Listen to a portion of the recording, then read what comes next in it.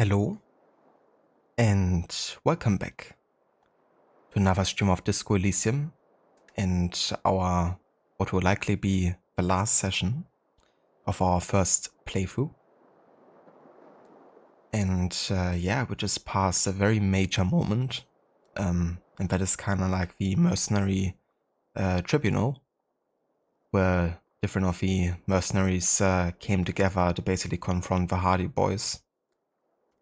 Safe to say, we did our best to kind of like, try to calm either side, mostly the mercenaries, but they were pretty dead set on, hurting the Hardy Boys and us if they have to, which is precisely what they did. And yeah, many died. We barely survived. And we also managed to save Kim here as well from being struck from his back. But yeah, it's now 2 days later. We've been kind of like in and out, pretty much, trying to recover.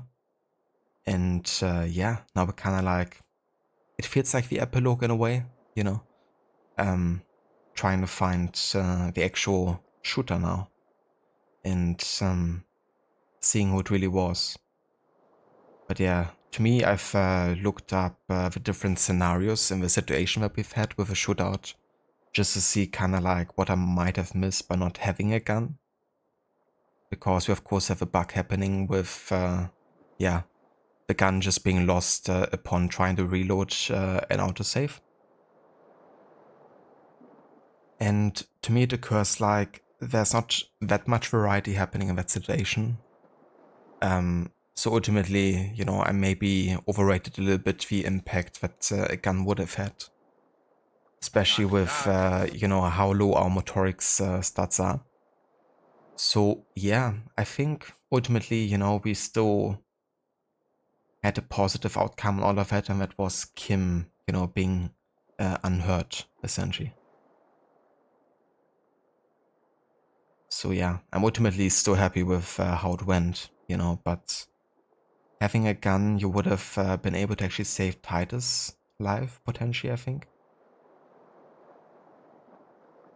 But yeah, again, I'm not really sure that I would have actually succeeded in a dice roll involving anything of shooting. But yeah, it's pretty remarkable that Kim actually managed to do that really precise shot against, the killer mercenary, the one with the helmet and the rifle, because Kim doesn't really have particularly good eyesight, He actually needs us to kind of like tell him about stuff sometimes. And it's also remarked that he's not really the best precise shooter, but I guess he's more of like an instinctive shooter. And that's what he did, That's pretty cool seeing that Kim had that kind of like badass moment. But yeah, so much to the introduction here to this session today and what happened last time. Hello Varot, welcome in. How's it going, Sani? I hope you had a good overall stream today with the second Watch Dogs. Man, I gotta say, like, just listening to that music, in these like really intense parts of the missions, makes you wanna boot up either the game or the soundtrack.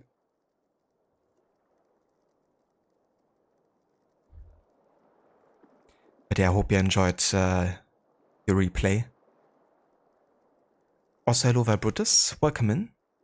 Good day, or good morning, I should say. Hope you're having a good one so far. Also, hello there, Oliver. That's no worries. I hope you have a good session at the gym. And maybe catch you later.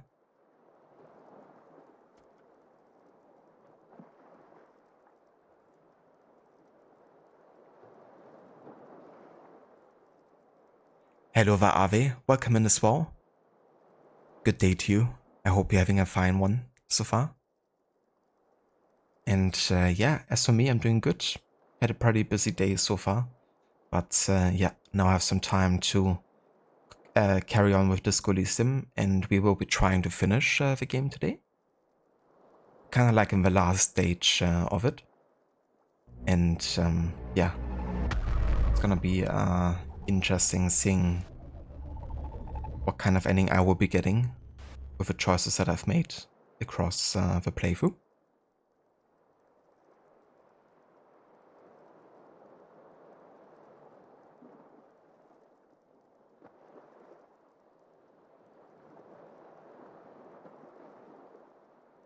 Oh hell yeah, Rod, that's awesome. Looking forward to see you play the Bloodline DLC again.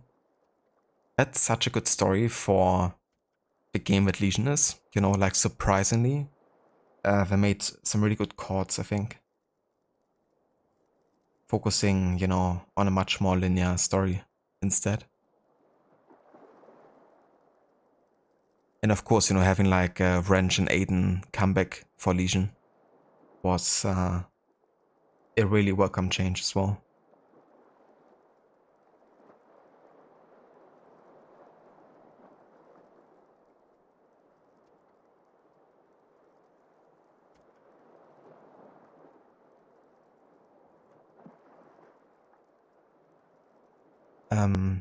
Very nice, Ave. That's good to hear. Yeah, same here. Definitely a bit tired, but yeah, it's gonna be good, you know, getting to just relax and play some games for a bit. Or I guess whatever you're doing. Did you finish the audiobook? Nice. 9 out of 10 adaptation. Gonna write an analysis on it. That's really cool, Avi. Yeah, I'm looking forward to hear your thoughts on the adaptation. I've been actually listening to the Last Crusade, the Secret Crusade, I think it was, audiobook. Even though I technically already read it, but it's been like quite a while. And yeah, I think I'm just gonna start with like the audiobook for AC1, I guess. And currently I'm about 5 hours in. I've been just like listening to it like when working or kind of like later in the night. So yeah, making some good progress there. I will probably try to listen to more of the audiobooks, like also for the later ones, because there's like many books I just haven't read or listened to.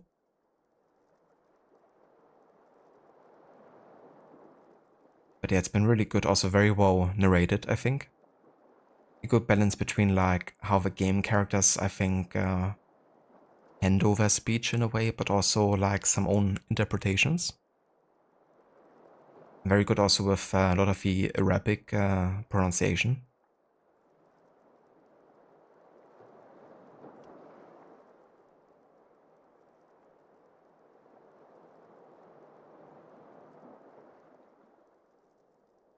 Yeah, for sure. With Bloodlines, it really feels like they took the critique that Legion got too hard and were just like, okay, fuck it. Let's just bring back the most favorite characters of the franchise. And in a way, I feel like at that point, the Watch Dogs future has been kind of like open in the air a bit. And maybe, you know, that was kind of like an opportunity for them to kind of like, I mean, I don't want to say farewell, you know, but it does feel like a little bit like a farewell to the characters. Because who knows when and if we ever get another Watch Dogs game.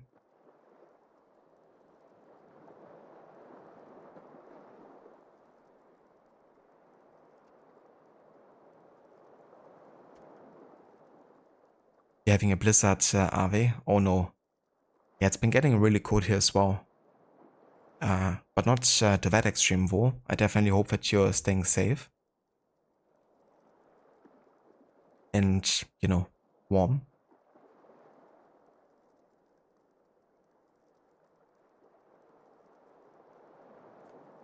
Also, hello there, Omega Morphosis. Welcome in. Thank you so much for the lurks. I really appreciate it. I'm glad you enjoyed the Disco Elysium playthrough. Yeah, I've been really enjoying it. I think the game is such a unique one, at least for me. You know, I haven't really played many games like this. But I think what makes it really unique is surely the narration through the different kind of like character aspects of us. And that really gives us so many different layers, I think, of him interacting and having influence on the character. But yeah, just very well written, you know, all around. Like all of the characterizations. Everyone feels very unique and feels like they have a rich history.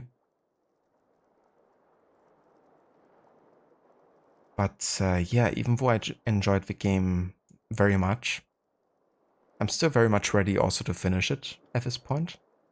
Because we've been spending, yeah, I mean, for this type of game, more time than I would usually spend on a game like this, I guess. But yeah, I've been definitely enjoying it though.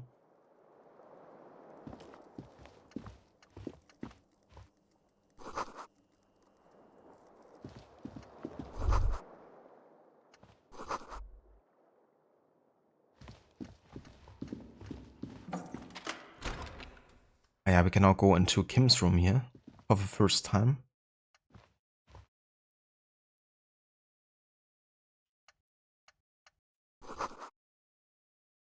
6:50 a.m. An early riser. These papers bear the stamp of the RCM. They appear to be fragments of the lieutenant's paperwork, half finished.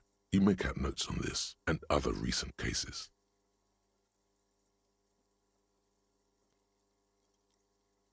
Also, give me 1 second.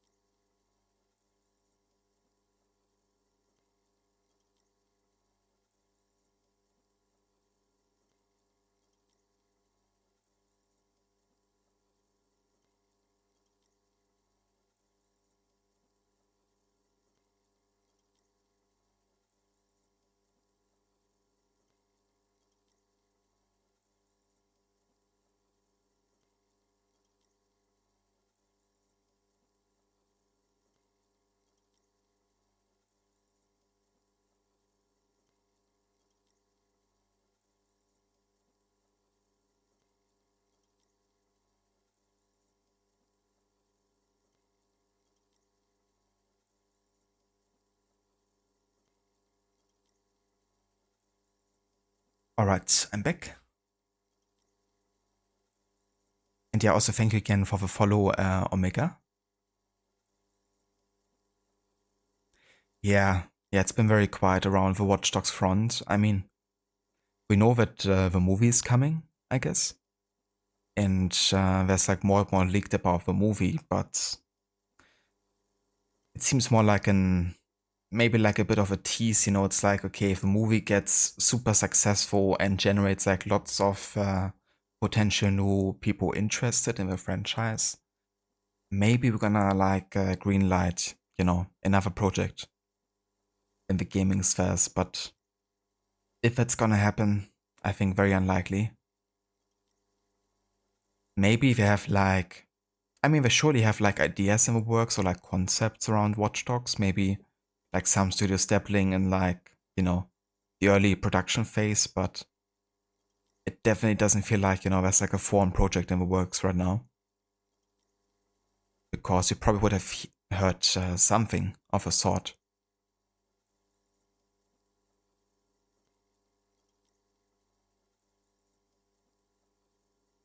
I don't blame you, Omega. Yeah, I felt very similar, you know, like the first time getting into Disco Elysium. Because I didn't really know anything about the universe. And it definitely felt like a lot to take in at first. Like, you know, with this kind of like rich history that already exists, you know, because like based on a book series that spans quite a bit of time ago, I think, before this actually takes place. So getting like familiar with like, okay, where are we even? You know, what's like the political stances? Why are these guys angry with the other party? And then, you know, on top of that, like just dealing with the type of character that you're playing, you know, was really not in a good shape, I guess. And has this kind of like influence coming in from the inside and outside constantly. But it's really something that grows, I think, a lot. Like the more you uncover about the world, the more intriguing its characters and the storyline becomes. And yeah, it's definitely gonna be a game that stays with me for a good while. Like in my thoughts. Also, hello there, Amita. Welcome in. And good day. How are you doing today? That's totally fair, Avi. You know, like as fun as it is to sometimes work on like projects, if you're already feeling tired from, you know, regular work, then maybe it's a good call to just take it easy and, you know, relax a bit.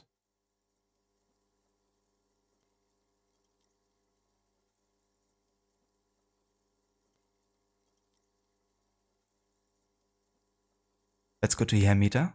And yeah, as for me, I'm doing well. Been having a busy day so far, but yeah, now it's time to play some games for a bit. Gonna try to finish Disco Elysium in this one. We're like pretty much in the ending sequence now.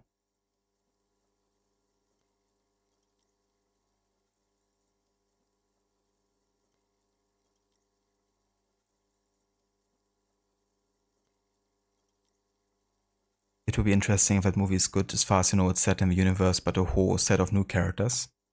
You never know if Wo might be a prequel and we might see a tease of Aiden after the credits or something. I mean, I would love that, you know. Like, it would be great to have a connection to the actual games instead of like a completely new storyline, you know. Because I feel like, wow, stories, it's good when they stand for themselves in a way, you know. It's always good to make these connections because it just, you know, gives you more of a reason to actually expand into these different media forms, you know. Like, what's the purpose of just like watching a movie of a franchise if it's like not really connected properly?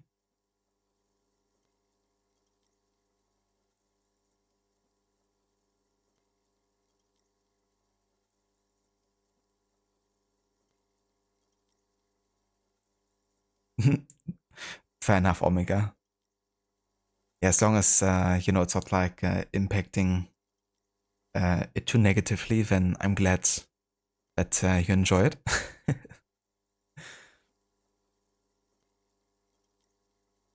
But yeah, definitely lots of philosophy to learn in this game too. But yeah, I like how this game isn't really preconceived in that sense. You have like lots of different points of views, and you also have a chance to embrace one of those.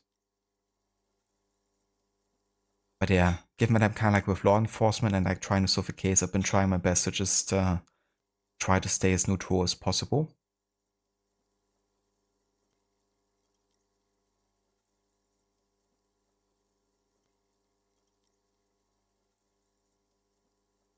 Yeah, Ave, like out of the Star Wars games, the Jedi games, like especially the first one, have been pretty much the one that I've been most interested in playing.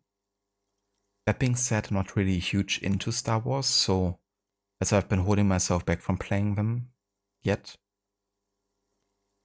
But I think one of these days, like once my interest in Star Wars rises again, then I probably will check it out.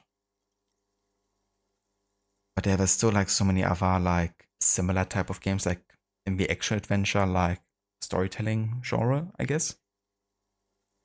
Um, but yeah, I think it's gonna definitely be a while until I get to play them.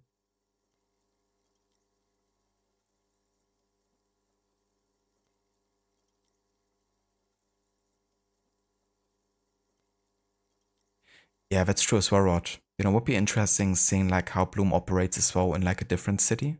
you know, because the way kind of like Chicago worked and the way, you know, San Francisco kind of like works are definitely different, and also like they advance, of course, in some regards. And then, of course, like the amount of like, surveillance you have in Elysium, like taken to an extreme, like a really dystopic type of setting. But yeah, I would love to see like a different city for sure, and like maybe also time.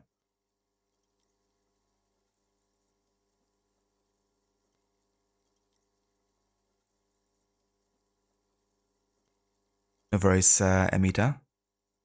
Definitely hope you enjoy your lunch slash dinner. What are you making today?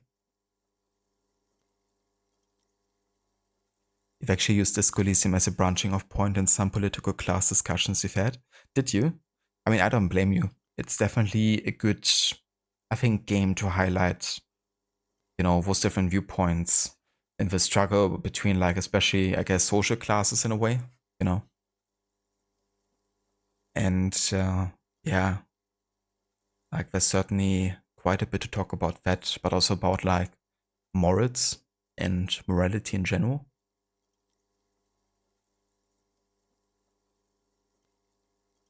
I guess also the relativity of kind of like law and where you are and how that affects people coming from the outside.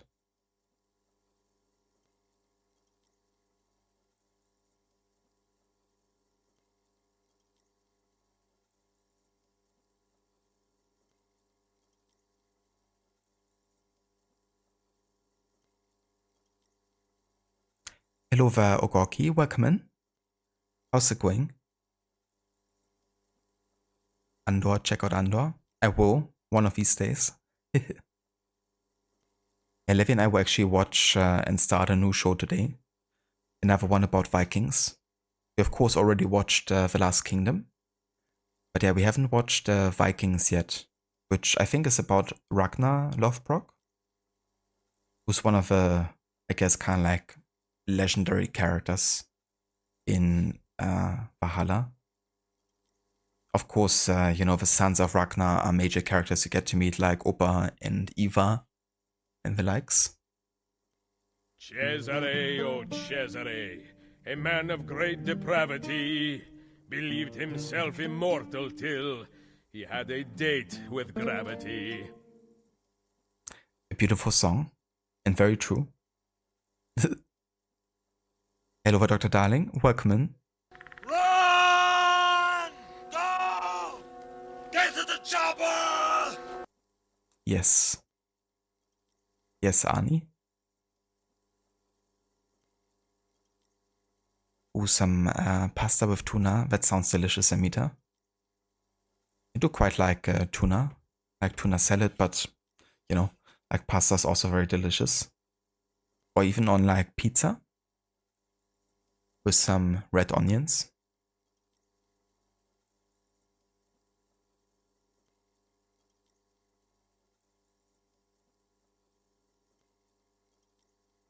The game does an excellent job of pushing different conflicting narratives while simultaneously holding up a mirror to your own beliefs.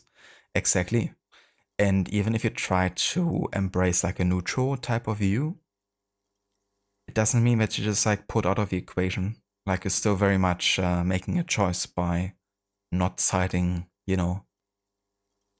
with a certain point of view.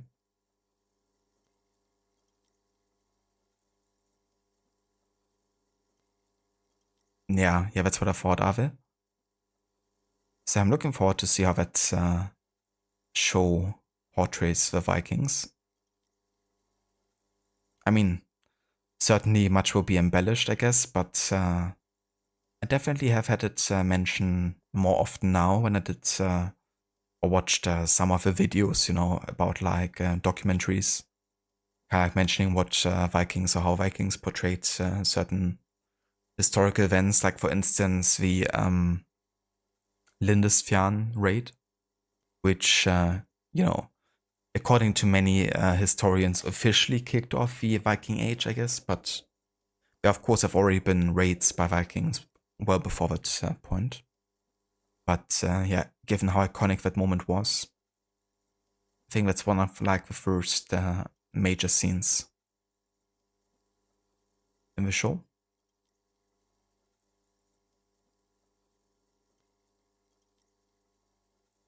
Yeah, I would try Dr. Darling. I mean, it depends. Because currently we're just doing like lots of just chatting. So I could be finishing it today, but we're gonna see. Either way, it's not gonna be a super long stream. I will only go for another 2 hours, maybe. So we're gonna try to finish it in that time, but if I don't, then who knows? Maybe I do another short session this evening, just to get it done. Because at this point, I shouldn't have much left. I think it's just like an hour or so of like actual gameplay time.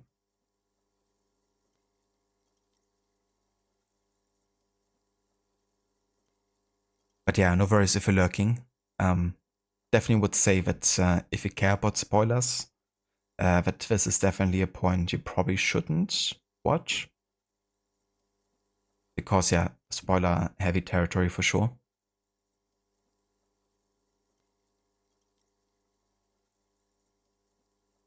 You like the combination? I mean, yeah, can be quite nice.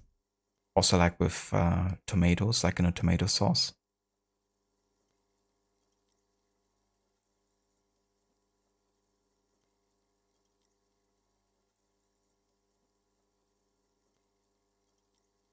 The ending is worth experiencing blind. It's a weirdly spiritual experience. I'm looking forward to it, for sure. Finally finding out who it was. Hopefully. I mean, I'm not sure if we will, but I hope it gives us a bit of clarity. Because it's definitely a bit in the dark.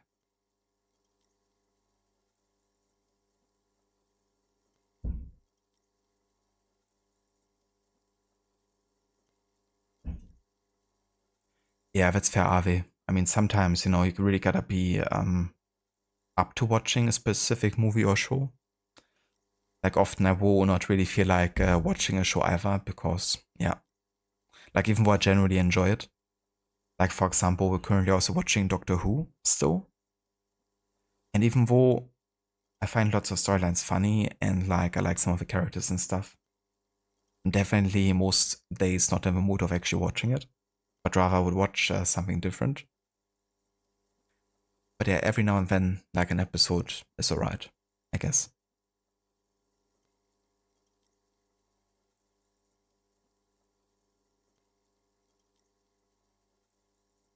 A hardcore stream, you know it. Can confirm, yeah, definitely heavy spoilers here, at this point especially. I had Garth open the door to your room. You were running a low bacterial fever the first night.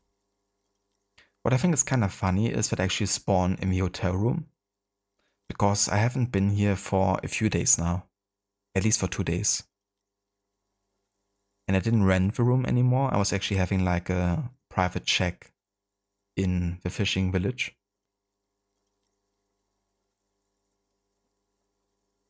But I guess thank you for, letting me rent this room for free. And then I go down to guard and he's like, well, you gotta pay for the 2 nights though.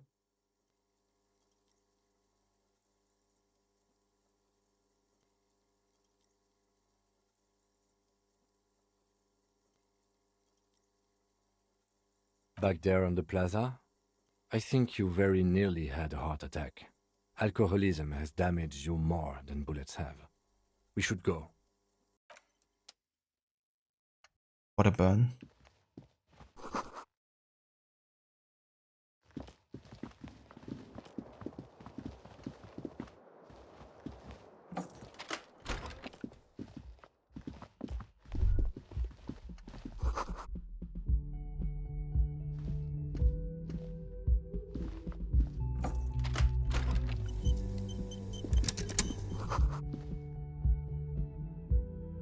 He left something on the table. Next to the stack of bills, you see a note, a few lines jotted down in large, uneven handwriting, just as the writer was about to rush out the door. I'm sorry, I fucked everyone over. P.S. I didn't kill him. P.P.S. Gift upstairs. Wow. Classic classy move. A gift. I am not drawing my gun yet, but I don't like gifts. Just don't walk into another radio trap, okay? Relax. Not everyone is out to trap you. It's hardly surprising. Well then, let's have a look.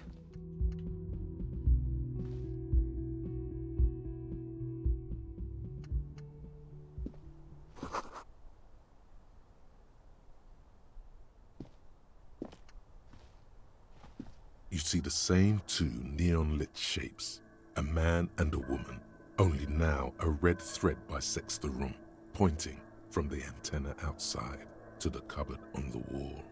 This is ballistics. She's left a trajectory for us. A ray of backward motion explodes from his mouth to the roof outside, A prime, to then widen into a radius of locations in Martinez, B prime, B double prime, and B triple prime. It suggests the bullet came from the extreme upper quadrant of possible angles, from a point beyond the roof, B triple prime, the island in the bay. Huh. Unless she thinks the perpetrator was standing on the ring antenna. That is where the thread seems to point. I remember. She was there that night. She would have known precisely where the bullet hole was in the glass. It also looks like there may be more to her skill set than we know. The question is, should we trust her? I mean, this would be like a giant fuck over if she fucked us over by saying she's sorry that she fucked everyone over. You know what I'm saying? It would just be a bit too much. So I think she's genuinely sorry. I find that hard to believe, but at this point, what difference does it make? Exactly. So it is. For a second he seems tired. I just haven't gotten a lot of sleep these past few days. He doesn't really believe this will yield anything. He is trying to justify it to himself.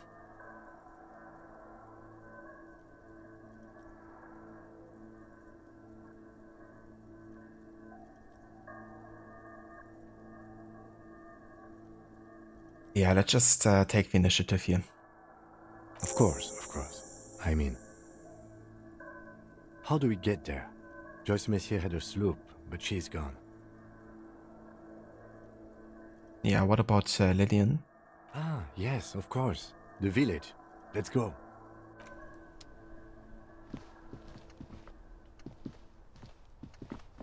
Maybe I should check the outside here first.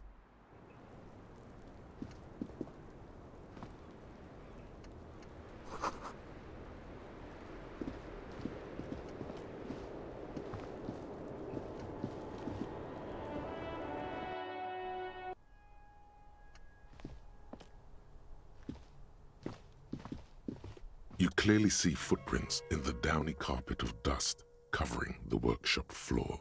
Jackpot. These, unlike everything else here. Okay. Nothing new here. Just want to check.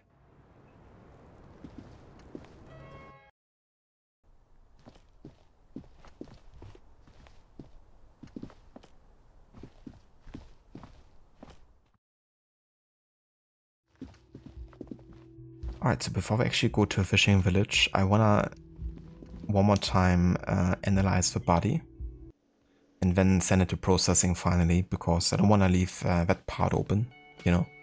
If the body's gonna stay like in the fridge forever or something, it wouldn't be appropriate.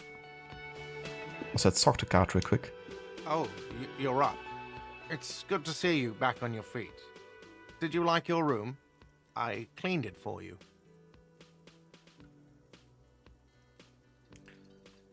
What moment in Disco Elysium did I find most hilarious?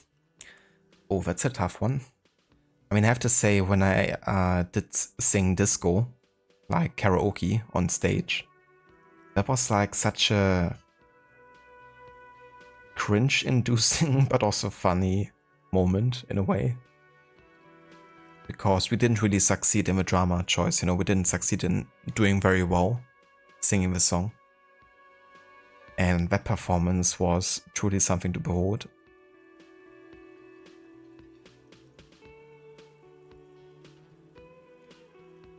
I have to say I also had some good chuckles with the Hardy Boys and, you know, conversing with them. I try to think of others, but I don't know. What about you, Omega?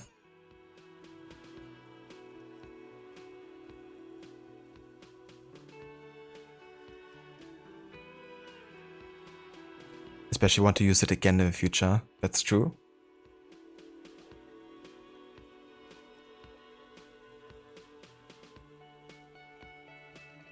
You're welcome. I thought it would be nice for you to wake up in a clean place after you, let's be fair, defended this establishment and its clientele from gunfire.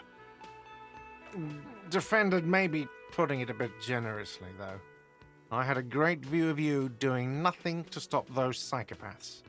Then I crawled inside. Bullets started flying. Anyway. He really wants you to realize that he was also on the balcony looking by, in the danger zone, so to say.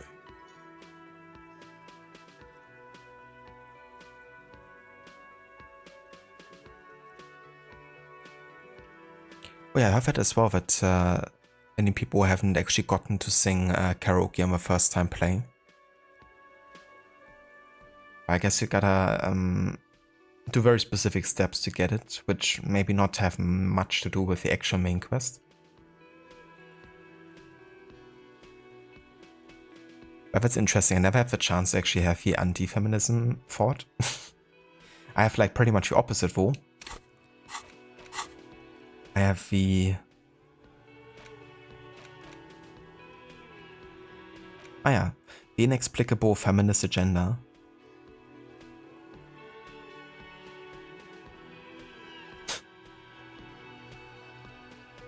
Before I became a joke, you were an actual feminist. Perhaps you can work your way back. Surely.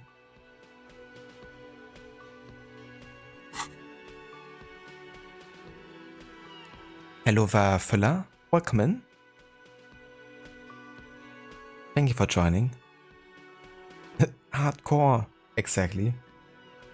Yeah, these guys were also really funny, I have to say. Like the whole storyline around the disco nightclub in the church.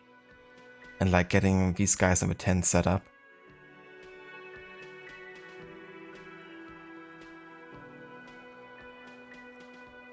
Yeah, I wouldn't say it has to Omega. I mean, it's a role-playing game, you know. You can play as anyone you like. You could be the biggest racist.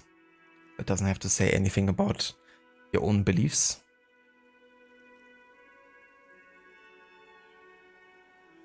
I mean, according to some people it does, but not to me. I wish you a quick recovery. Also, you and your partner are staying here free now. This establishment supports cops. The stay is free, the drinks are not. It just felt I needed to specify that.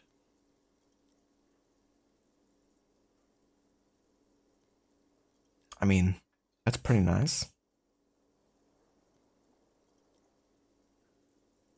Oh, you know, people don't tend to stick around after shootouts. Turns out they're not good for business. Yeah, I was, yeah.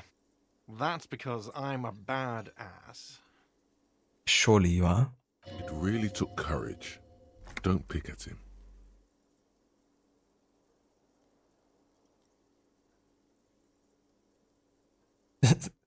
You're not a witcher? I'm not Geralt of Rivia? Wait, what? That's a crazy concept.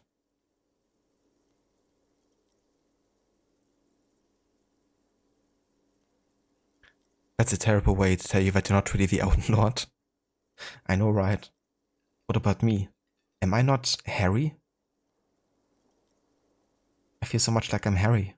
Surely.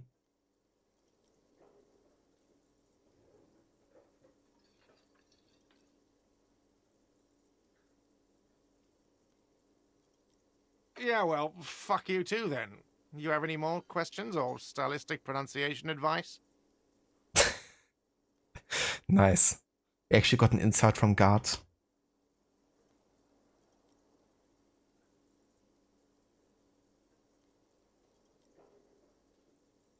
Definitely gotta record that one.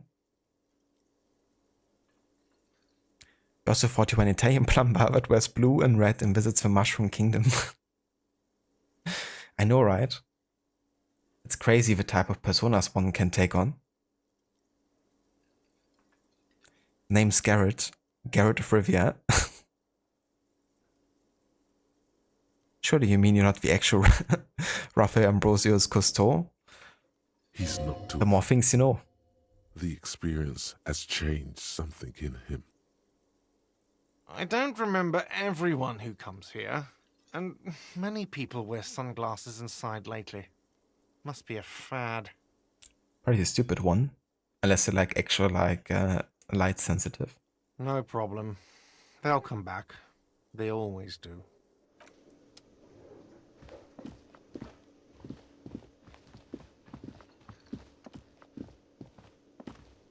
Seeing you approach, the bruised man clenches his fists.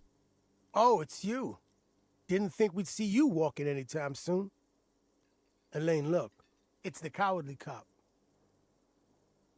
The cowardly. Dude, I stepped in. I could have just walked away and let you guys shoot each other. Huh? What?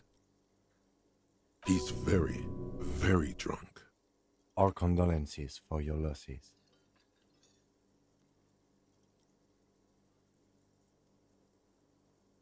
Damn songbird of misery, that one. And do you have any information on this songbird of misery? God said she took off sometime before the firefight. That's all. Trying to remember if there was anything. Oh, yeah. He said she seemed to be in a real hurry. Titus is fucking dead. What's gonna happen to the Hardy Boys? Look around you, man. This shit is done. There are no more Hardy Boys. No, man. I don't know. I guess the Union will still be policing the neighborhood, but who's gonna do it now? Often you go into character creators in assorted RPGs and make Geralt of River and take great pride in your abominable art. I can already see it. The abominations. No worries, Amita. Take your time.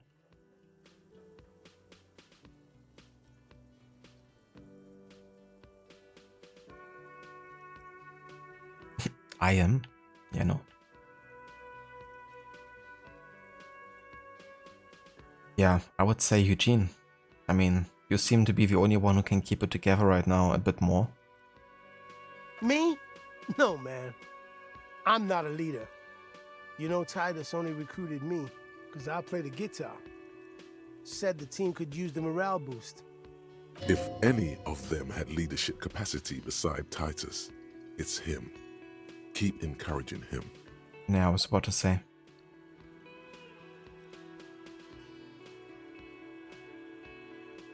What? Fuck no. If I'd stay, we'd keep the name to honor Titus.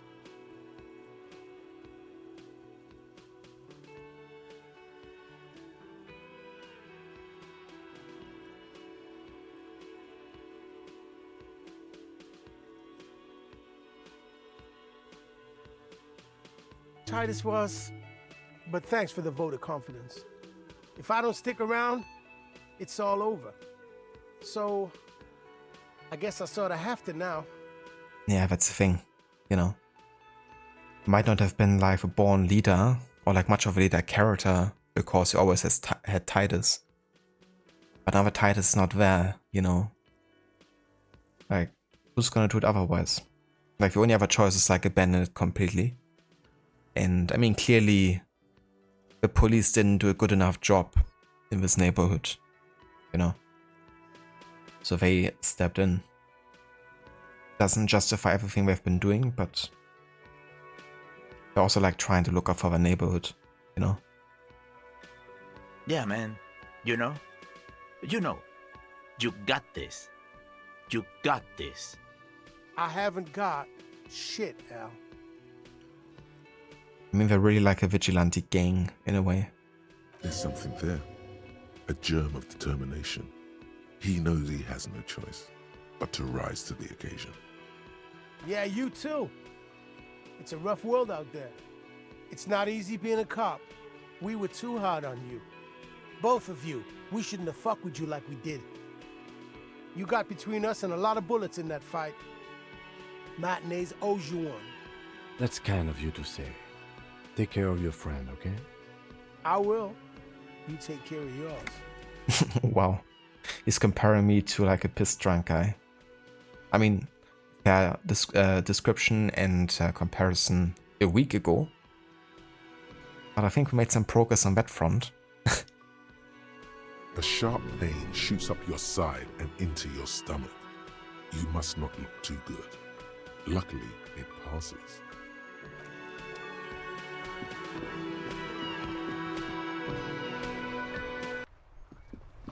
Damn.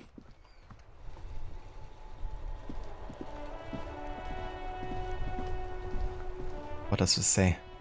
The graffito has been painted over the traces of the fight that took place here.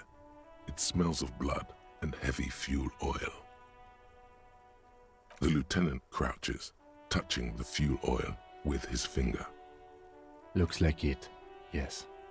This is still fresh. It wasn't here yesterday. And blood. Some of it is even yours. Heavy fuel oil. Isn't that flammable? Set it on fire? I don't think so.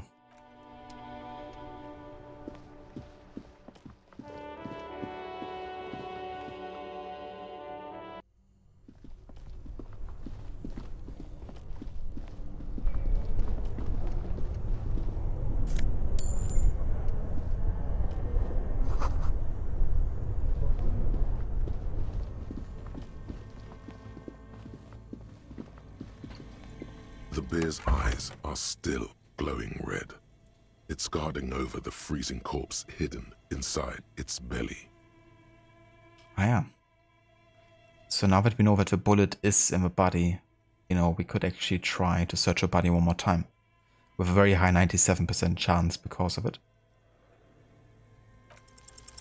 Your arms reach out and your eyes close, as if by their own volition. It's dark all around. You feel cold, slippery flesh, first with your fingertips, then under the palm of your hand.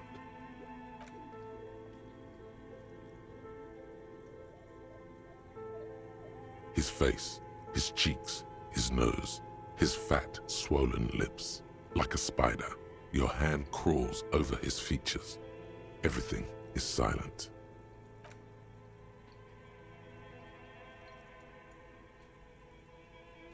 The oral cavity is cold and moist. A ball-like tongue attaches itself to the base of the mouth, lolling around like a scallop. You're on the right track. The tongue moves freely in the cavity. The mucus of the mouth is slippery, delicate to touch. From the soft meat, teeth are budding. Hard pearls of bone in the gums and in the back of the mouth. Can you feel it? You're so close. Rip his jaws open now. Look in. A vision of black and dark red death, pried open by your naked hands and studded with teeth. Looks like he's laughing. Death fumes rising from the throat. And there, in the back of his mouth, above the bell of the uvula, right in the soft palate. You see a hole, barely visible to the human eye. It is swollen shut, almost vanished. No larger than 0.4 centimeters in radius, the edges appear darkened. Keep going. A black trickle of liquid runs into his throat from the wound. Your index fits right in there. A tight tunnel of flesh opens up, tissue damage, wide enough for 2 fingers. As you push both in, you reach through his mouth, right into his brainstem.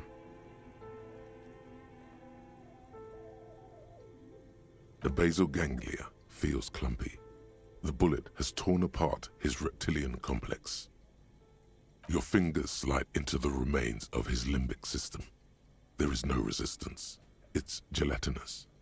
The slug-like structures are damaged too. The tearing extends deep into both hemispheres. Omega, you're debating whether to have myself a bowl of soup and some sourdough, or make some spam musubi. Well, it's good that with the current description going on in the game that you're still having an appetite. With us like poking around in a dead body here. But I mean, yeah, that sounds both amazing. I'm not entirely sure what musubi is, to be honest. But I mean, spam can be really delicious if prepared well. But yeah, I love sourdough bread. It's super delicious.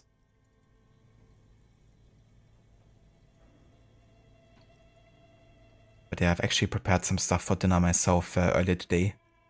Marinated some chicken in some garam masala, some Greek yogurt, some turmeric, some cumin, some citrus juice, and garlic and ginger.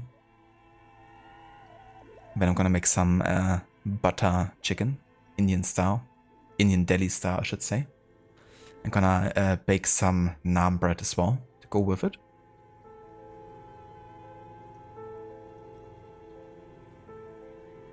The dough is actually currently rising as we speak.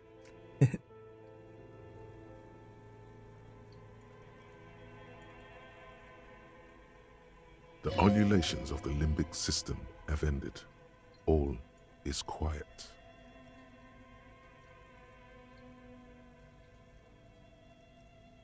The lieutenant answers with the sound of his pen on paper.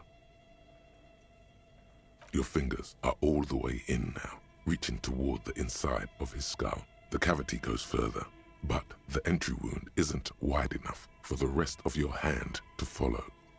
All the muscles in your body harden. Time to enter him.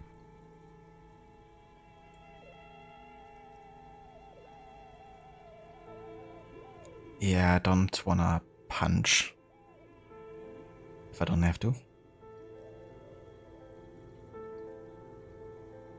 Spam musubi is a simple delicacy, grilled spam with like glaze on top of a rice bed, wrapped with seaweed. I like to also add an egg occasionally. That sounds really delicious actually. I love that type of food.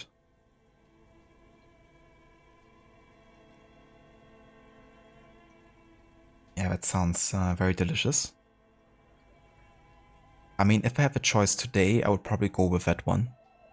But that's only because I just recently had soup. We made some potato soup. Like 2 days ago. But yeah, that was also very delicious though. Especially now when it's getting colder over here at least. Your fingers reach toward his skull. His cerebral cortex feels like jelly. Cold jelly. Strange fluid streams down your wrist as you push deeper until you feel it on the tip of your finger. Sharp, serrated material. The edges cut right into your skin. This must be the bullet. The pain is barely noticeable under the adrenaline rush. God damn it, with the red check. And I mean, 83% chance is very good, but that's far from a guarantee here.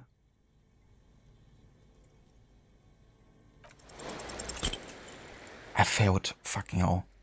Gotta be kidding me. Seriously. You push your hand further in. The bullet keeps rolling between your fingers as you beckon it to come out. Like, please tell me I can still recover the bullet somehow. You know, there's some, I guess, dice rolls where, or like a lot of them, where it's not quite as important to fail or succeed. Because either one will lead like to a different outcome, I guess, but still advance in a way. Like there's very little I think that you actually have to get right.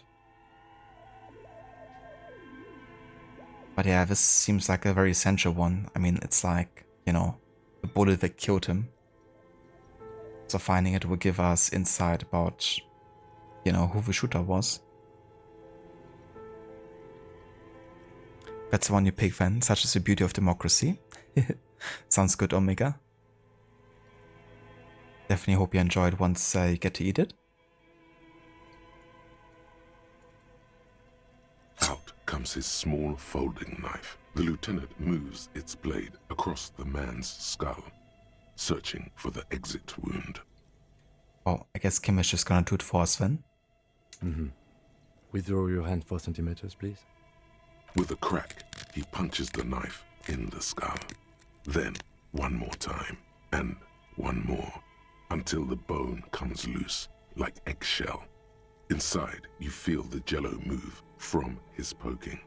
The bullet is still under your finger. Can you push it out?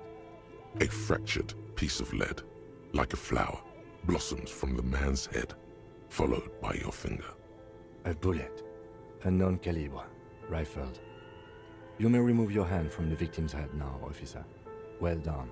Here is your prize. We need to add an item to the injury list. Injury number 4. Oval entry wound with an abrasion color. Soft palate, back of mouth. High velocity. Temporary cavity in brain tissue. Small exit wound on the occiput. How does that sound? Opinion, fatal injury.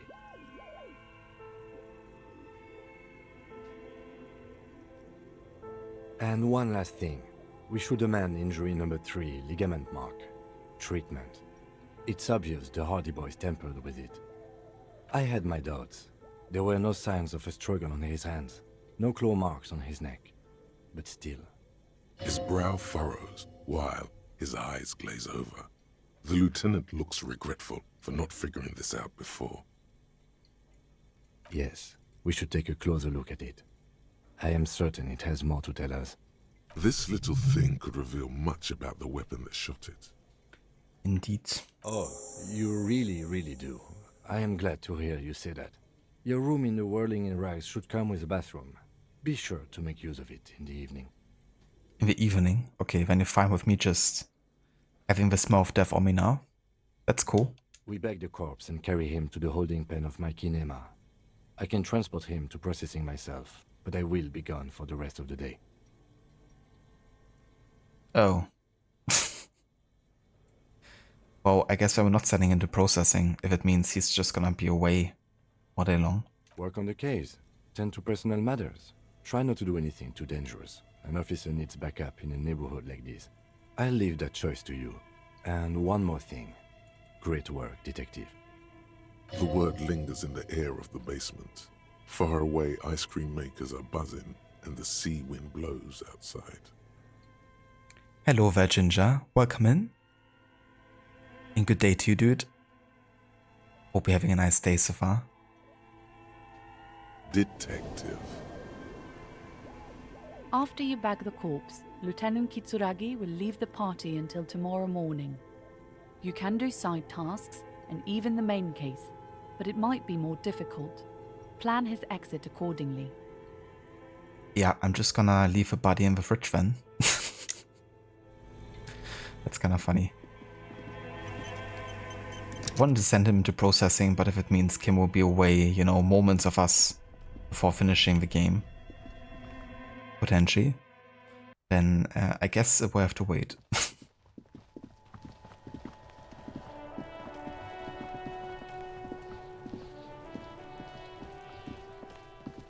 So another thing I've read is if you actually fail to protect Kim, then Kuno will be your partner in the crime solving for the last chapter here. Which I honestly didn't expect. But yeah, imagine. Like Kuno accompanying you everywhere. That would have been funny as heck. I kind of want to see that now. Like, eventually. The bullet is safely sealed away in a plastic bag bearing the RCM stamp. Kim has filled out the label on the bag with the item number, case number, and date and location the bullet was found. Team Kuno? Yeah, Kuno definitely has grown on me as a character. I couldn't stand him at first. I mean, I was kind of like indifferent, but yeah, he just kept on insulting us. I was like, what's with you, dude? But yeah, I do understand him a bit better now. Beside his orderly handwriting, the bullet looks especially sad, like a tiny, shriveled head of cauliflower. He grows on you like a fungus. Pretty much.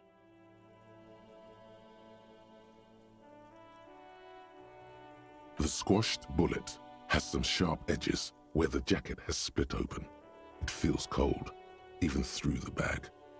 What? Well, if I was the bullet, which I'm not, I would say find the weapon that shot me. If we find who owns it, we will have likely found who used it, possibly to kill our victim. In conclusion, the more we know about this bullet of yours, the better. The jacket of the bullet is made of a yellowish metal. It has blossomed out to reveal a dark grey core. The base of the bullet is close to 5 millimeters in diameter. You can just about make out a few striations near the base of the bullet.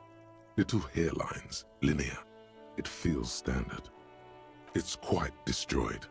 Some of the fragments are still lodged in the wound. What can you say about the bullet so far? A jacketed bullet. Okay. It would have been shot from a military-grade breech-loading rifle, not from a muzzleloader like those typically found on the streets of Martinez. We were right. This came from a serious weapon. Even the RCM uses ordinary unjacketed conical bullets. This is strange. Very strange. I like this, officer. Strange means unique. Unique means incriminating. We need to find the gun that shot it. Something tells you that won't be anytime soon. This'll have to be one of those epic tasks that's open for a while. I mean, that's pretty cool because we already have a rifle that we found, which makes this check go much easier. But yeah, we can increase our chance even further by, for example, spending skill points or maybe having items that boost hand-eye coordination. So let's have a look here. This one.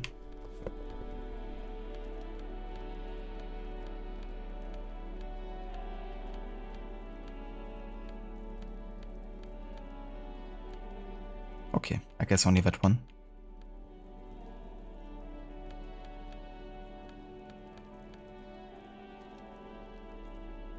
And it's a white check, so I'm not gonna spend a skill point until... Oh, we actually have 6 skill points. Damn. But yeah, I'm not gonna spend until we actually fail this, because if we then spend another skill point, we both increase our chance, and we can try again.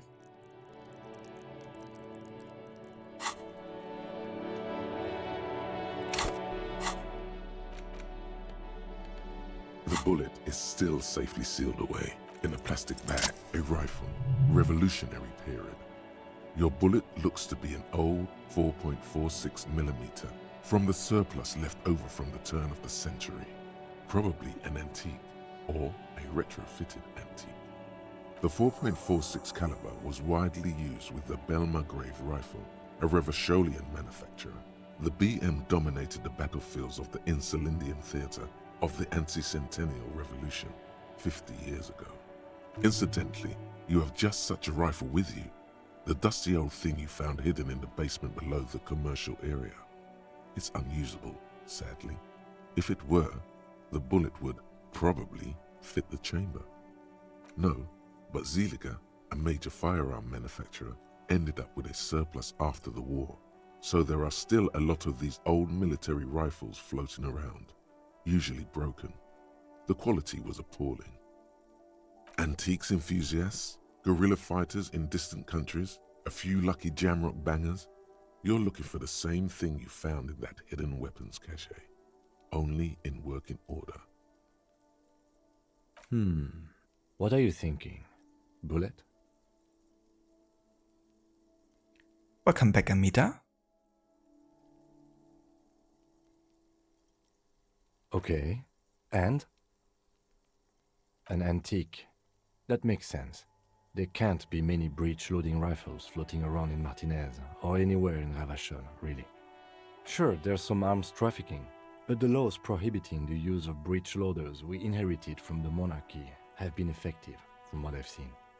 Some new RCM recruits get impatient with their muzzle loaders once they've trained with military-grade weapons, but they realize it's worth it in the end.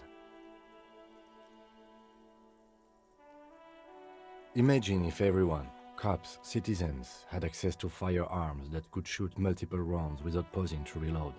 After the first shot, the second, third, and so on come much easier. But back to the investigation.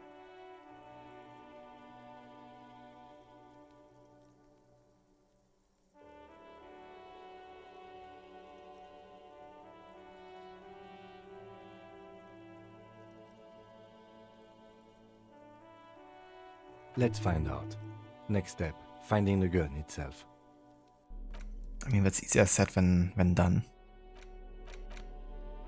But I mean, once you get to the point where the shot, according to Classy, has come from, you know, this will aid us in making sure to really identify the murder weapon. So it's good that we've still investigated the body one more time here.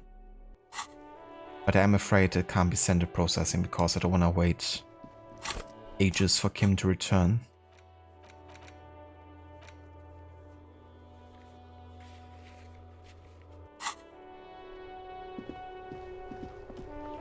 I don't think I can actually wash myself until this night because we need to do it in privacy. And Kim is kind of like following us everywhere.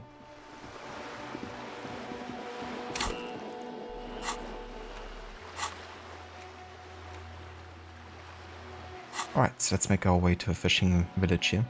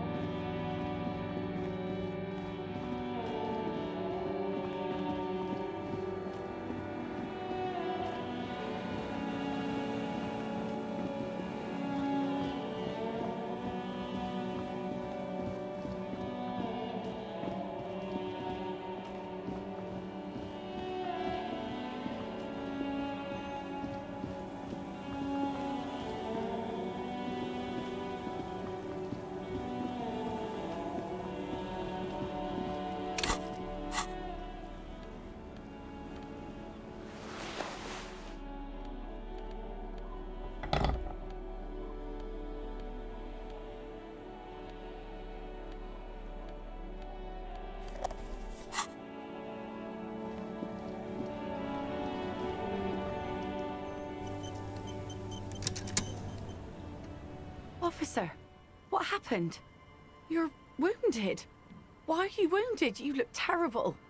She sounds almost disappointed with you, reprimanding you for falling and hurting your knee.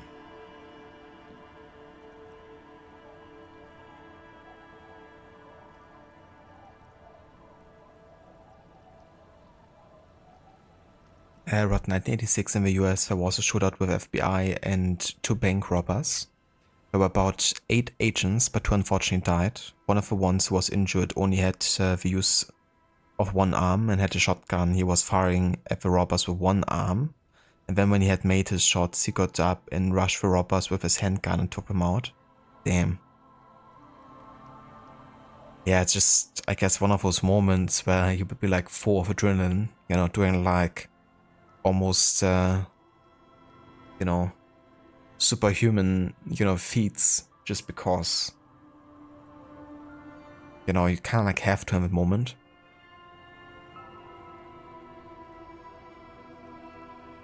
But yeah, that's a crazy feat.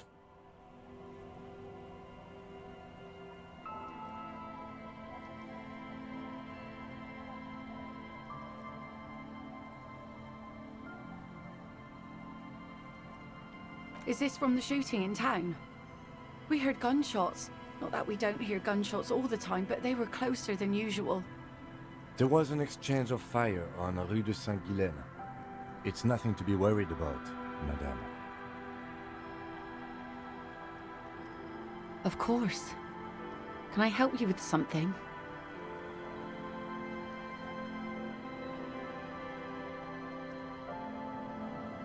That won't be a problem. It's wind still and the tar just dried.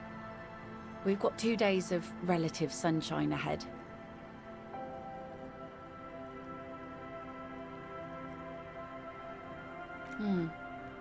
Used to be some kind of fortification there before the war. For the communards. An anti-aircraft gun, I think. Bombed to bits in the landing. I haven't been there myself. Always steered clear of it. Hasn't been there herself. Who has then? Yeah, exactly what, you know, like any spur of moment decision, you know, becomes more and more important in a situation like this. I like how the shootout between the mercenaries and the Hardy Boys and us being in it, you know, it's a very similar situation, of course. There's just so much happening so quickly. Before your brain even has like much of a time to process what's happening, you know, it's really a lot more about, yeah, instincts.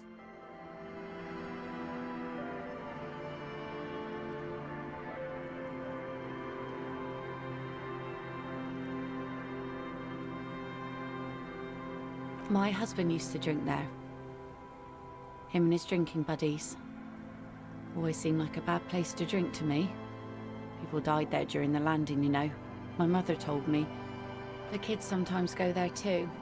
I know they do, on rafts. I tell them not to, but they bring back old bullet casings and such. The twins.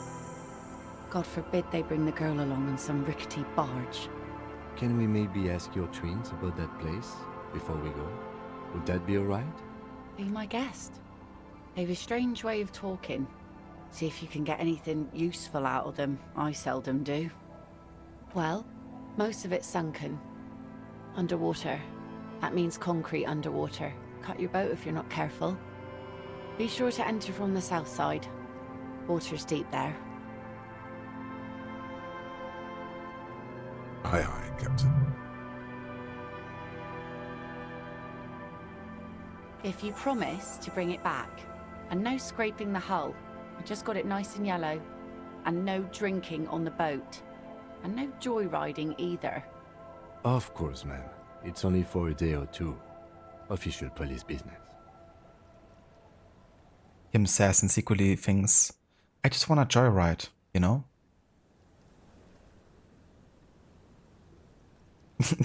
Of course we won't.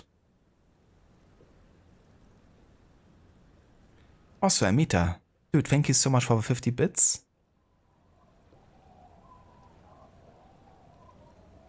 Thanks, dude. Aye.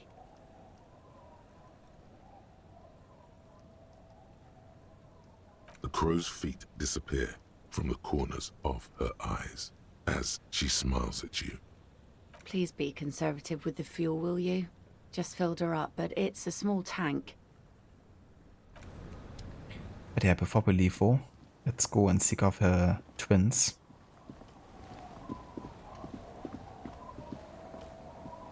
The scruffy-haired little boy kicks a stone while the other watches him do it.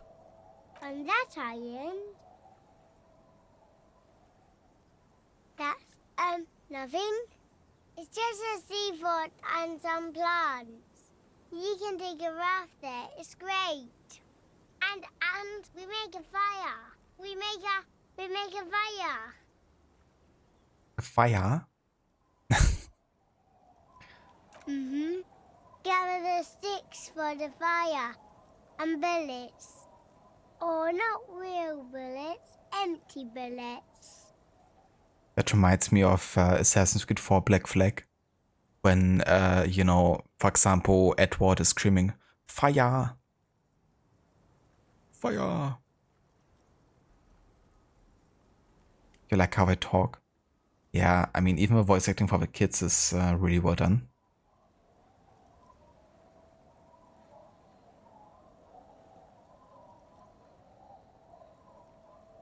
There are lights. The fire guy comes and asks us to put the fire out. No. Yes. Let's go with yes. So I see the fire guy. Because he asks to put the fire out. And why? I don't know. He doesn't like it. He doesn't like people to be there. You shouldn't go. Yes. I in Secret of Monkey Island, there's a pirate that only responds with I to every question. Except if you ask him about Loom and he goes into a spiel about another game LucasArts had done. I remember that one. That was so funny and like really unexpected too. But it's just the type of humor, you know, that I sometimes love to see in games. But yeah, that game had so many funny moments.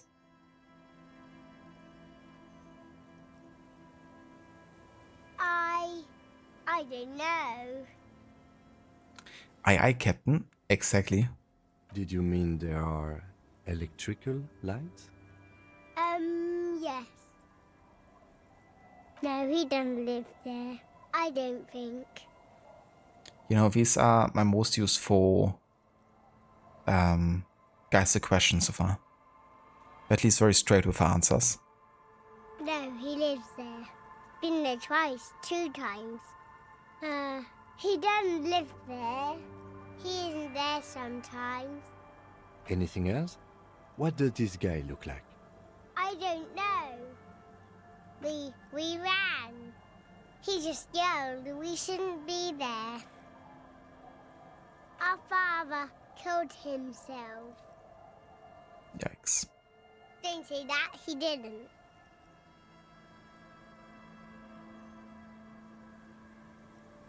I'm sorry. There's Lights, fire guy. We should check up on that island. Alright, time to leave. Let's take the boat.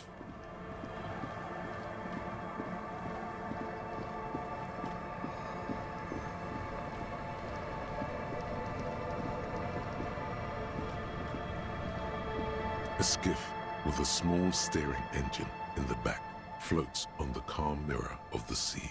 Its 2 seats are empty. Once you get in, that's it. One pull of the starter handle, and you're off into the bay. A strange trepidation comes over you. Are you sure you want to go now? I guess this kind of like the game saying this is a point of no return or something. Have you made all the necessary preparations? Closed all your accounts? Remember what the netpicker said. It's a small tank. You won't be going back and forth on this. You take the engine out of a boombox. Yeah, let's just go there.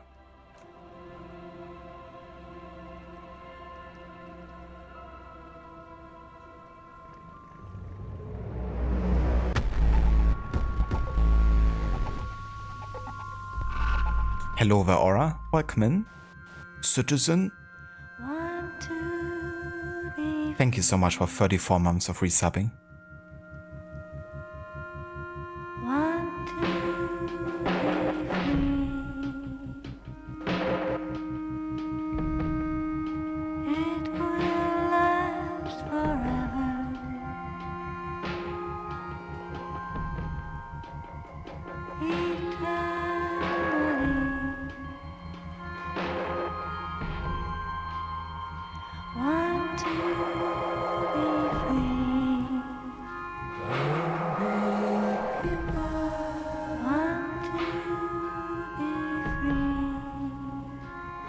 Citizen!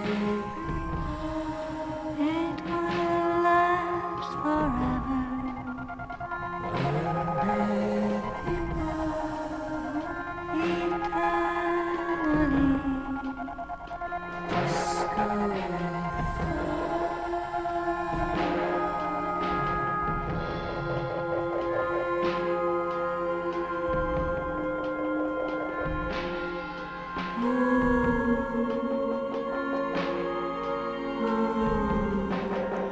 Want to be free.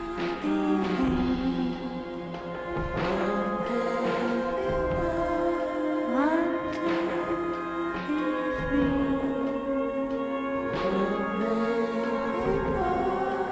It will last forever.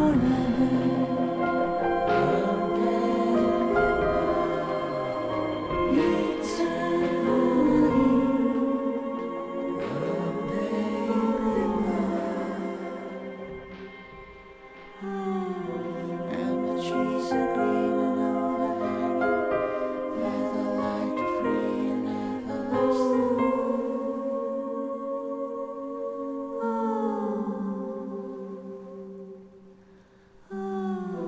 And the trees are green and overhanging, where the light free and everlasting.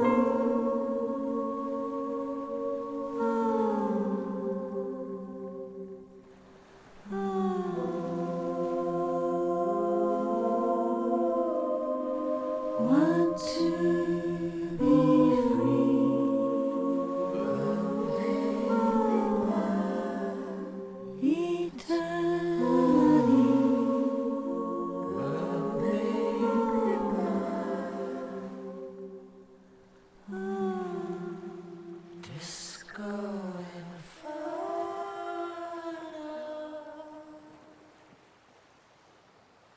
The boat comes to a slow stop. The lieutenant turns the engine off. Then there's silence. In the silence, a sputter of wings. A flock of quails takes off in the distance. Let's go.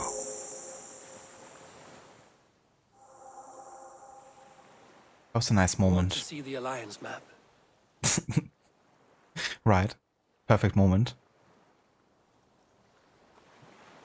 I really like that kind of like, journey and just like taking in, the song. Kind of reminded me a little bit, I mean, every time I have those moments, I always reminded of Red Dead Redemption 1 and 2. When you're kind of like just like riding around and kind of like taking everything that's happened, and then there's like a dedicated song playing that they created only for the game.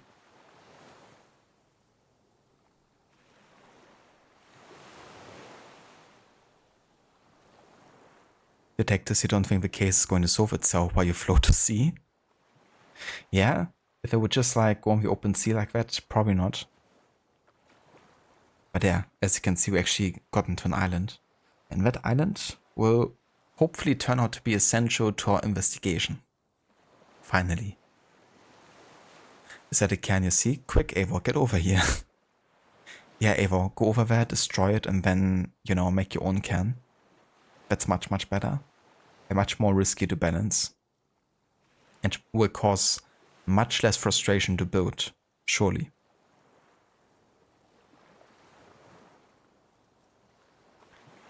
I haven't played all of the Dishonored games yet, but I have played the first one. It was actually one of the first games that I streamed on this channel that wasn't Assassin's Creed.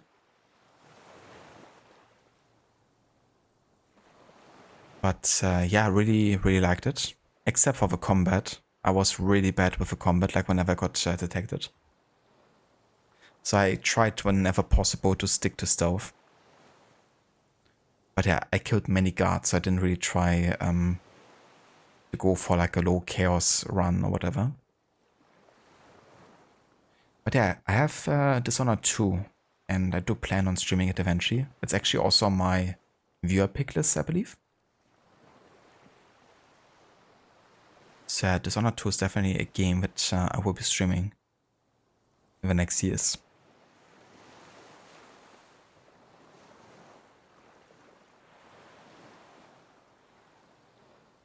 Sorry, Ava, but Harry and Kim didn't bring it with them. Yeah. We have to wait until tomorrow until we have a look at the Alliance map again. Yeah, the cans can be quite frustrating, depending.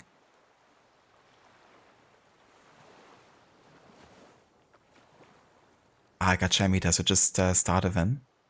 Well, I hope you have a great time with Dishonored 1. I thought it was really cool. And like how open it is in you being able to choose your approach.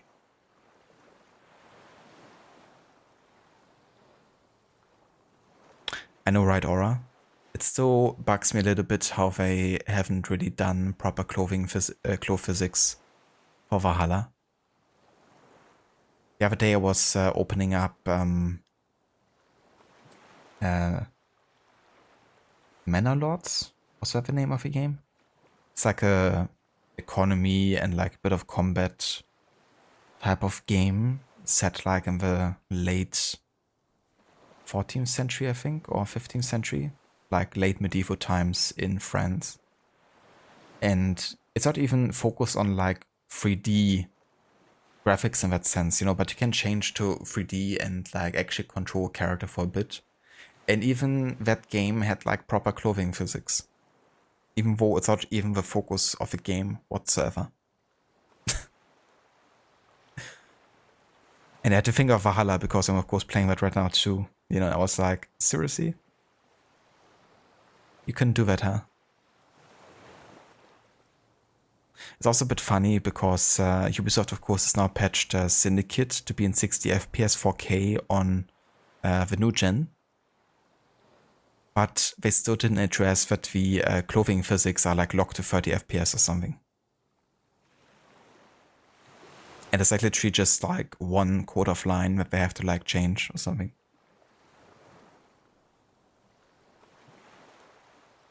But yeah, many people are currently writing Ubisoft customer support to hopefully make them patch that in.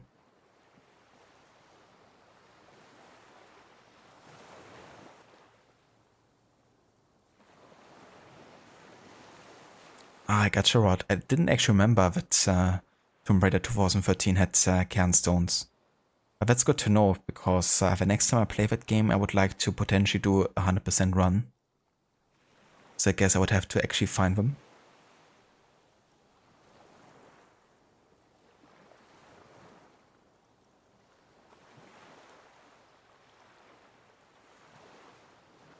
Yeah, that's totally fair, Mita. I mean, I've definitely been there too with games.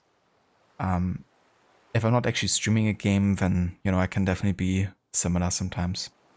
But nowadays, I basically stream every single player game that I play for the most part, with like very few exceptions.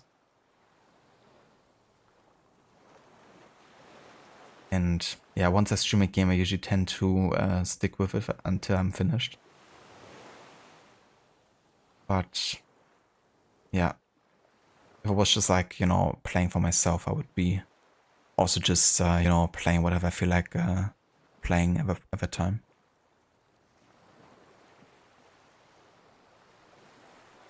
Oh yeah, or yeah, I mean the graphics in Velgat looked really good, for sure.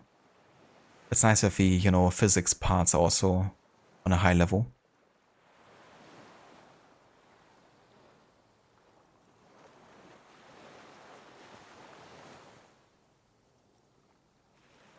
I got you out, yeah.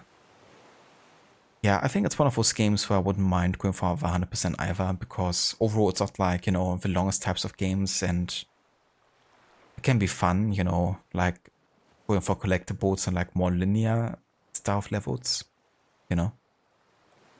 Of course you have like kind of like exploration parts, but it's still like very much a streamlined experience for the most part, and I think that helps like in, you know, backtracking and stuff, when it can actually, you know, go back and forth between different places and re-explore areas you've been in.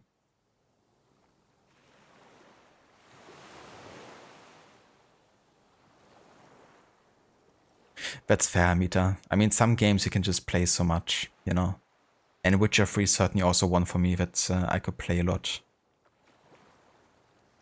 I could play Witcher 3 honestly once a year. I won't do that because of a time investment. it takes.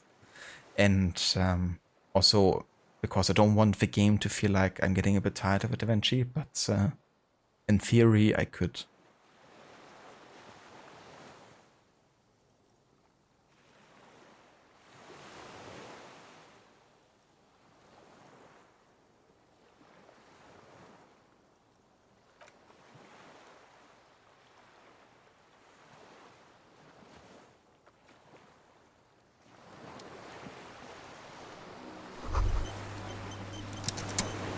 The chain trails off into the ocean, connecting the island to the supply depot on the coast. Ah, yes, so it seems. For bringing munitions to the island, maybe? And supplies? You could also lock the bay when you raise the chain.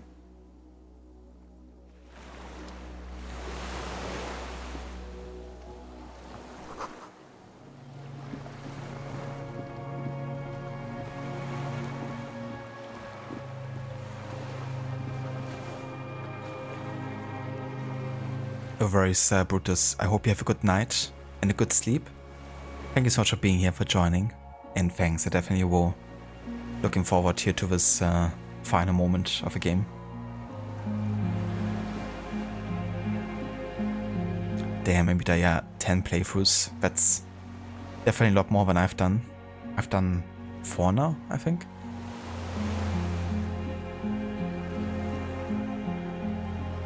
Yeah, 3 or 4, I think. But yeah, certainly a Witcher expert then. You could say you really are Geralt of Rivia now.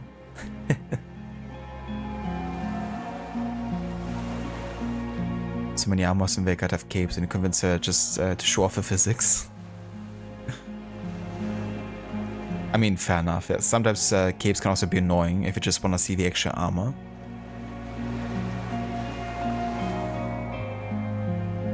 That's why also sometimes just disable the capes in Valhalla. So I can actually see like the full armor set. And yeah, no worries whatsoever, Amita. Thank you so much for being here, dude, and for joining. I hope you have a good rest of your evening. No idea why the shoutout didn't work there.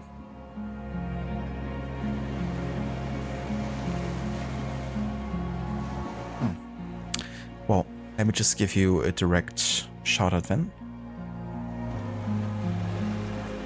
I think Mobot or Streamlabs is like asleep or something.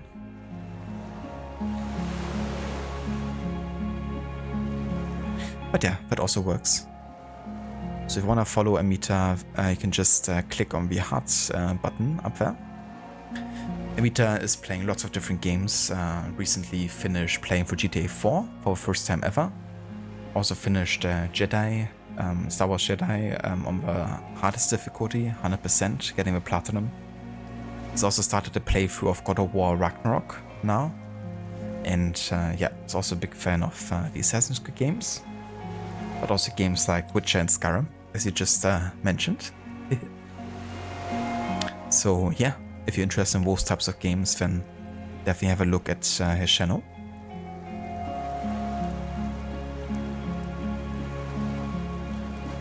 And that's a very Amita for the shoutout. More than happy to give you one, dude. Hope you have a good one. And yeah, let me actually just check real quick why the shoutout didn't work there. I reckon Streamlabs is disconnected or something.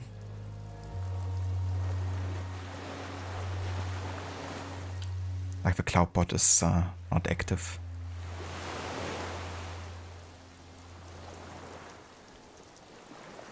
Yeah.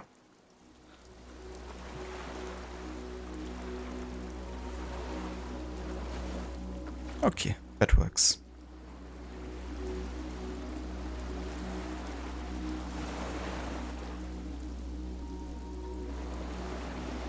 Yeah, a bit sleepy. Can you blame him? Wait, was there something moving down here? Ah, there's like a seagull spawning. I was like, what is happening there? For a second there was just like a guy appearing. Already getting paranoid here.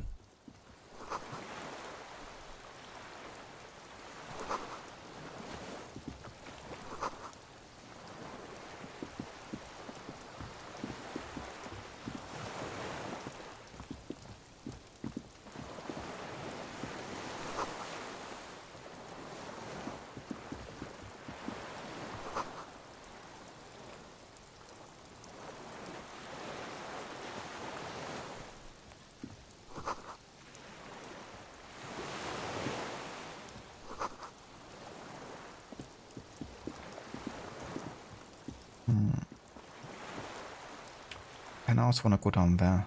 But can I go over from this side? I don't think so.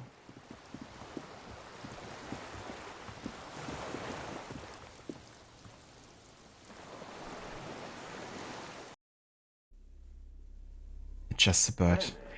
Now I have a way back up in case I fall. Bene. A way up in case I fall.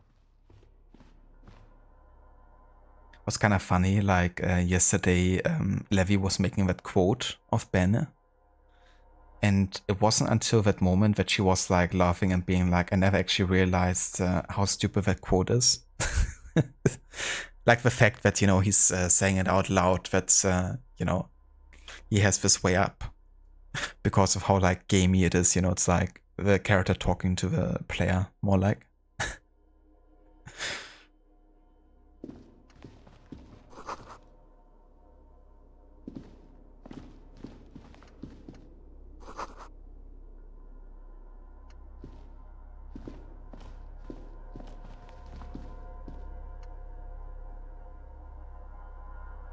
I do like that Kim just follows you around without question, even though he disagrees. Kim has got to be the most patient soul out there in this universe. Having to deal with our shit all the time. Following us around everywhere. Dealing with like cryptozoologists and all that type of stuff.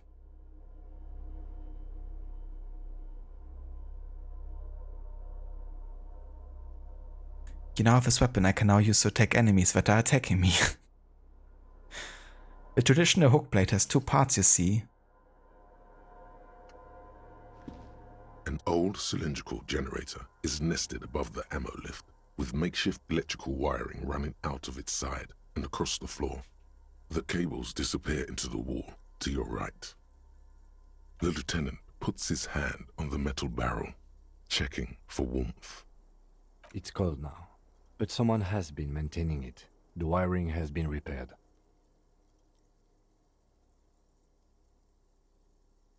Downstairs, somewhere? Liquid carbon. I would imagine it takes mazout. The kind that's favored by vagrants and fuel thieves. It's been a long winter, long and cold. If anyone stayed here, they'd need a generator. A hollow ring, the canister is empty. Dust falls from the generator and down into the ammo lift. There are theories about Kim. I'm sure there are. Yeah, we'll definitely get into the theories about the different aspects and characters of this game after I finish it. 4 lends me strength. The guards will be vigilant. I mean, that's a totally natural thing to say to yourself, isn't it? I don't know. I'm not a philosopher. Someone with basic electrical skills has restored it in order to keep the room warm. Maybe it's the fire guy. The wind outside picks up suddenly, with a faint howl. Inside, it's warm. The lieutenant assists you, holding the canister up to the fuel tank as you tilt. Dark brown, viscous fluid pours out, and the room fills with a chemical smell. There's a red starter switch on the side of the cylinder and a start rope on the other side. The lieutenant flicks the switch. The recoil start wakes the old generator up. The machine sputters like an old warhorse before settling down to a rattle. That should do it.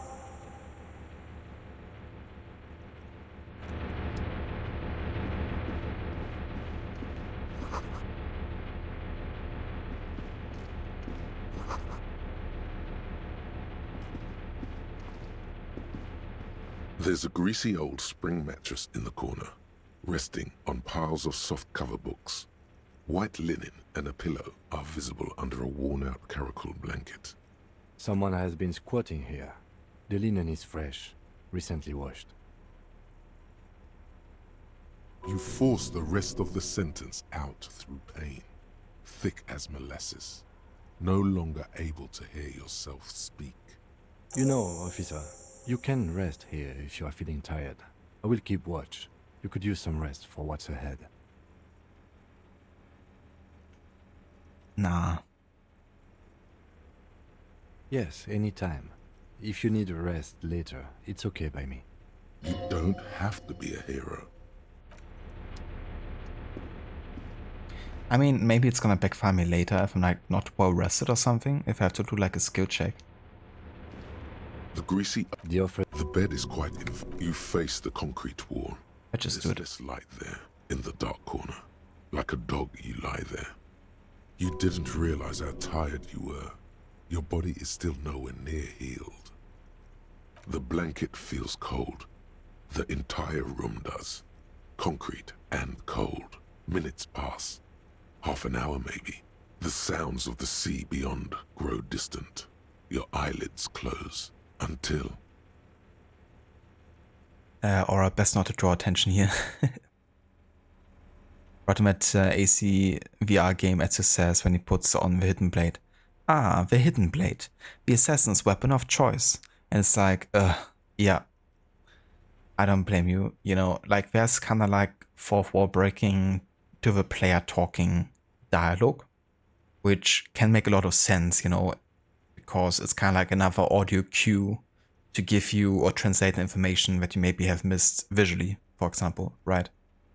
But that is just like so over the top and unnecessary that it's like, okay, yeah, who's your target audience right now, you know?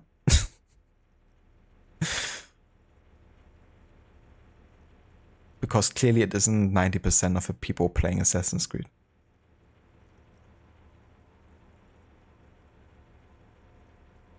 Also, hello there, Bioshock. Welcome in. Hope you're having a good day so far. You feel yourself standing up in the darkness, right next to the mattress. Slowly, the world begins to hatch from the blackness. It's evening. Sleep.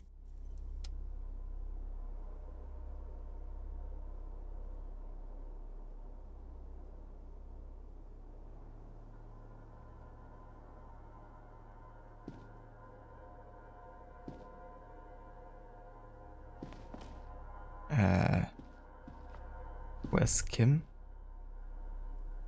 And why is there like no time display anymore?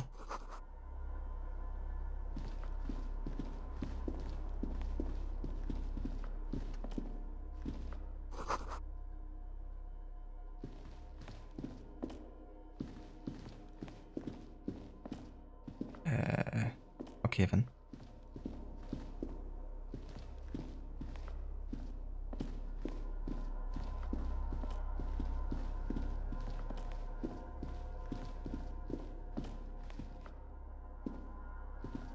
Sure, Kim, just leave me alone here.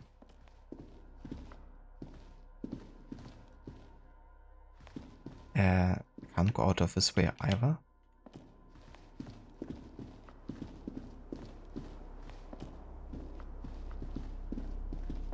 Hmm?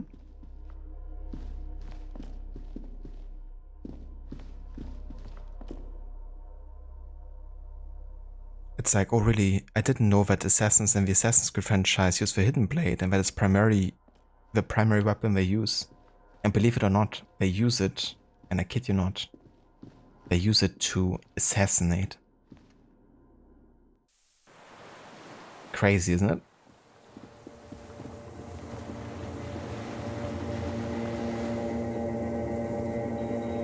Kim has finally snapped, he's sick of your shit, Harry. Can you blame him?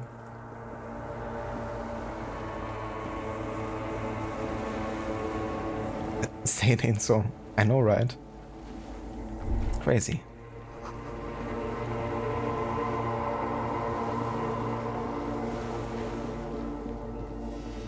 Assassins, violence in my video games? It's like Layla and Odyssey. I'm not a bad person, I don't kill. I'm only part of the assassins.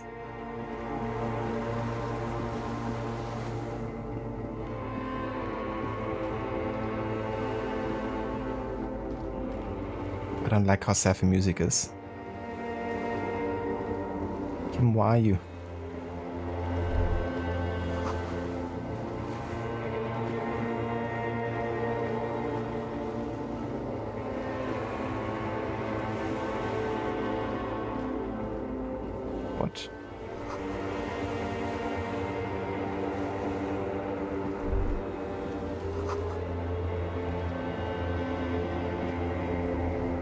first day, the innocence of humanism, internationalism, and the welfare state turns around to face you. She has an airship airbag in her hand. She seems to be in a hurry.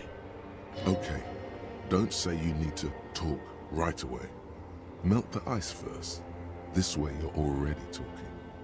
But you don't even want to talk to her. She would only be cold and mean. Let her go. I'm sorry. I was heading to the aerodrome. I just don't have time to... She means she doesn't have time to tend to your emotions. Hey. I'm doing really good, actually. Both professionally and romantically. I've come to a fulfilling and peaceful period in my life. Well, how are you doing, Harry?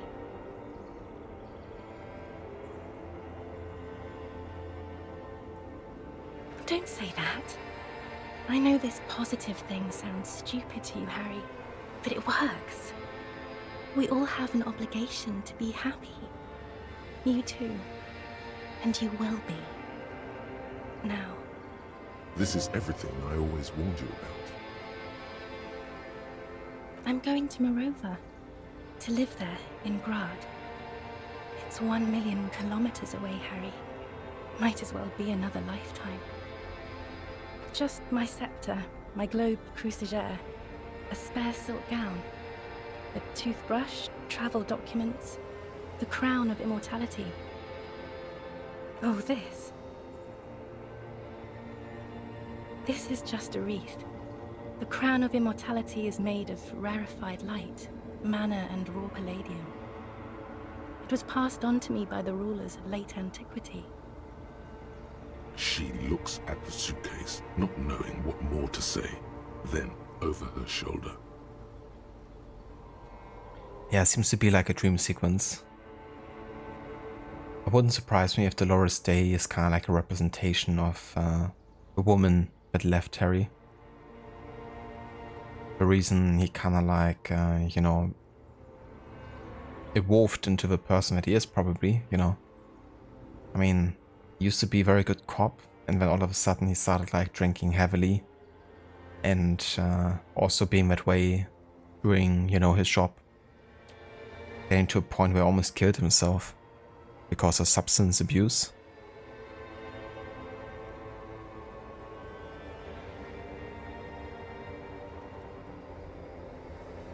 What a moment to come back to. Welcome back, Omega. Oh, you didn't rot? Yes, I guess if you don't actually rest and sleep, then I reckon you wouldn't trigger this. But I'm not sure if there's anything else that maybe has to happen. If like sleeping is enough. Neither did you, Omega. Yeah, I was like, I don't want to sleep, you know, so I was like first negating that approach. But then I was like, maybe it's gonna backfire later when I have to do like a skill check if I'm not well rested, considering the condition we're in. I didn't expect this to happen. The Crown of Immortality, no big deal. Yeah. It's just, you know, the Crown of Immortality. It's like a certified shivers moment. Yeah. Like, you can feel someone like super far away. In this case, like 1 million kilometers. The ultimate shivers moment.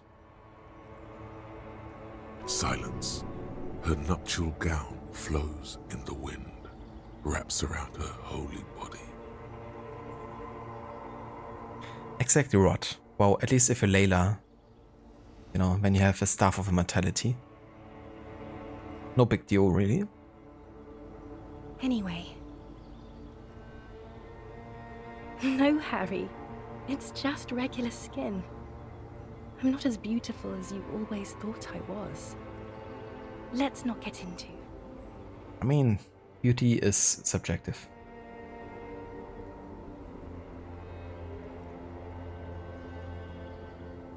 She does not answer. There's that expression again. Silence. A distant wind blows. You can't think of anything pretty to say.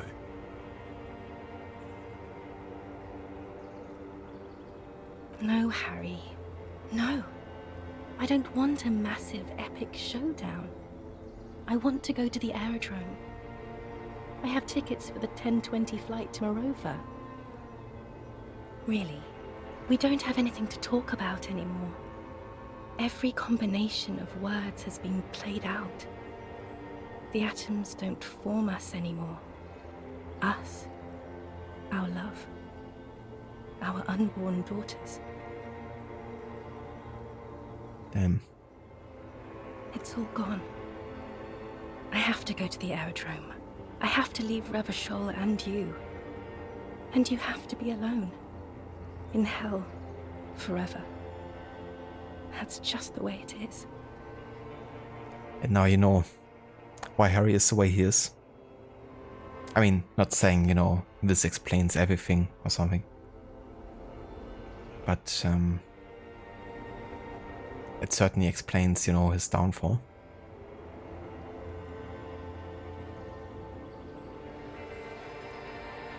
Shivers your favorite start because you love these kind of reflections on life, I guess. Yeah. I mean, it's not really confirmed that what you see in Shivers is like what's actually happening. But it's certainly like what, yeah, Harry's reflections on life are in a way. And sometimes, of course, resemble like conversations or moments that happen like very far away. So to Harry it only is like a shiver. Like something he can barely feel, but well enough, I guess.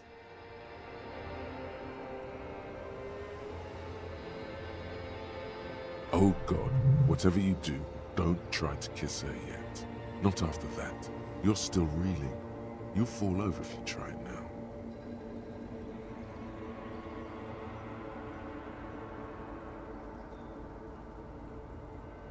Mass murder. Jesus. And that's really sad. Just for a moment. Yeah, just like him confronting him with himself. And like seeing this option, you know, is like probably the saddest. Convincing himself that she still loves him.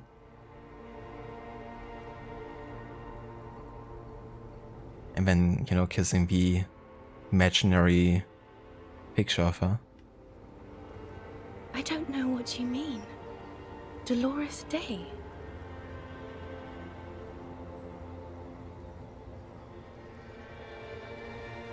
Wasn't I Dolores Day just a second ago? Now I'm the X thing? You're confusing me. Look, I have to be at the Lausanne Aerodrome at 10:20 p.m. I still have a light rail to catch. I haven't even bought the tickets yet.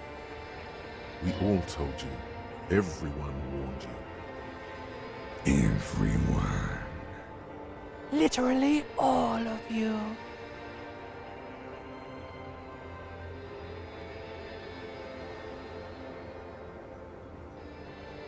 I'm glad too, but I have to go. My friends are waiting for me on the platform. I can't let them wait. It's impolite. She does not look back. Instead, eyes her fingernails. They're bitten, frayed. The evening wind blows in. The gown wraps around her like a white flag. 1,000 times you beat an animal. 1,000 times you've raised that fabric. What is underneath has always calmed you, centered you, made you sane.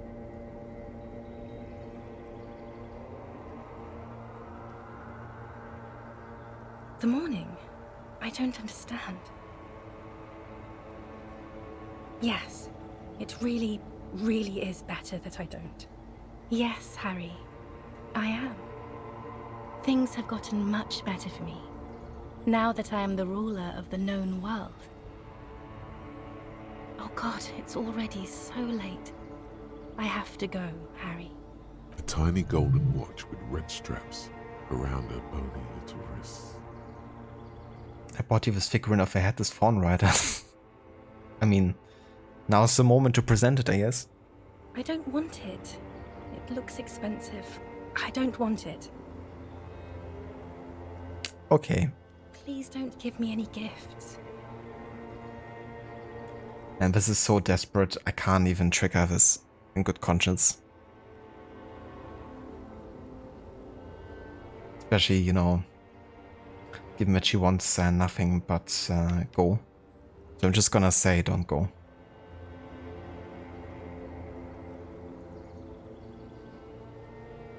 No, don't say it. Don't beg. It will only make her go. I have to, Harry. Really, I've already missed the 8:30. I'm gonna go now. I was wrong. You don't have power over her anymore. You shouldn't have said that. I am wrong about everything. You should go on without me. No, you don't. You're just being a martyr. And I'm really going now. The time is up. I must be on the 10:20 flight. I won't see you, but you will see me. Oh, Harry. This is a dream. Can't you see? I'm already in Morova by now. Who knows how long ago this happened? A year? 2? 5 years ago? Right here, tomorrow night. Once this dream starts happening, it keeps happening. 3 times a week, at least.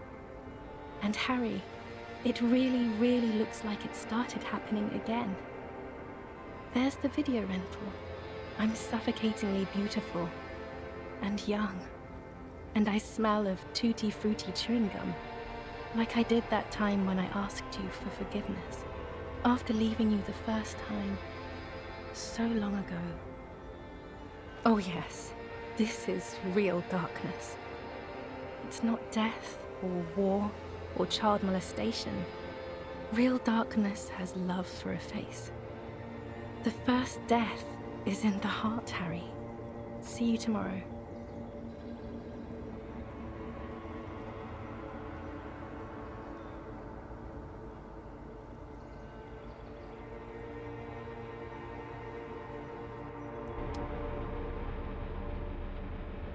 Yeah, and there we are.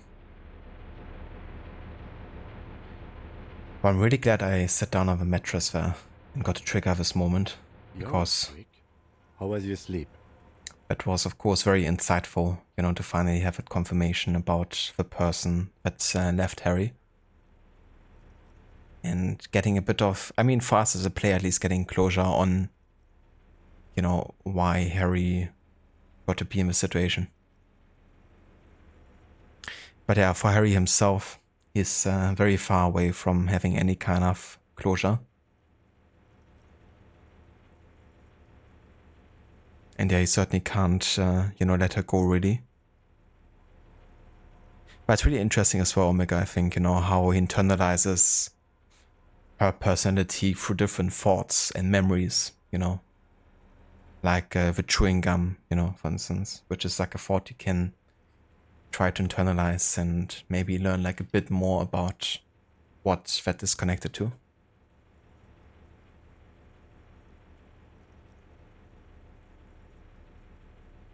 Yeah, I don't blame you either. I don't really read a lot, to be honest. So, I don't really have much to compare it against, but, you know, if this was just written as a book, I wouldn't mind reading it.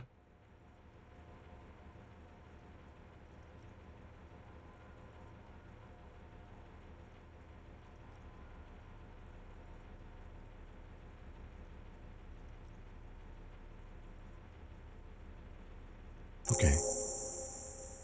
He's still worried. You must have really thrashed and squealed in your sleep.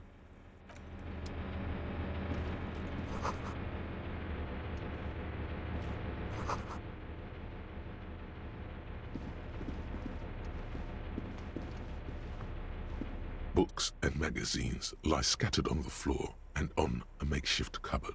They are not particularly well organized. Most are soft covers, serialized fantastique and detective stories from the 20s and 30s. This disparate digest includes the classic Animal Adventures. I know how that feels like, Rod. My sister is actually an expert in that. Like, I've had moments where we've been saying goodbye, or for example, every time we're like going on like a family event, for example, and she's like saying goodbye, you can pretty much calculate at least an hour, if not 2, just for the process of saying goodbye to everyone. Because when she would say like goodbye and then like talk for another 10 minutes to a person and then the next person. It's like, okay, we're gonna say goodbye, I guess. We'll see in 1.5 hours, I guess.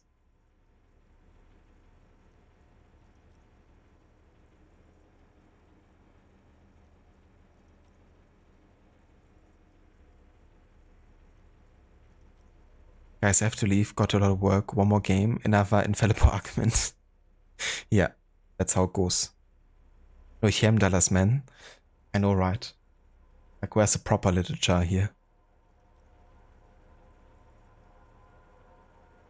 Yeah, that's also a goodbye that I like to do as well, Aura. Or just like, you know, just wave in the room being like, well, catch you next time. Being like Arthur, catch you later then. Among what is mostly commercial fiction and serialized stories, you find a magazine cathodique for electrical engineering. Then it's back to pulp. Light erotica, an international thriller about circuit benders. Someone's made themselves a home. 3%. Wow, conceptualization.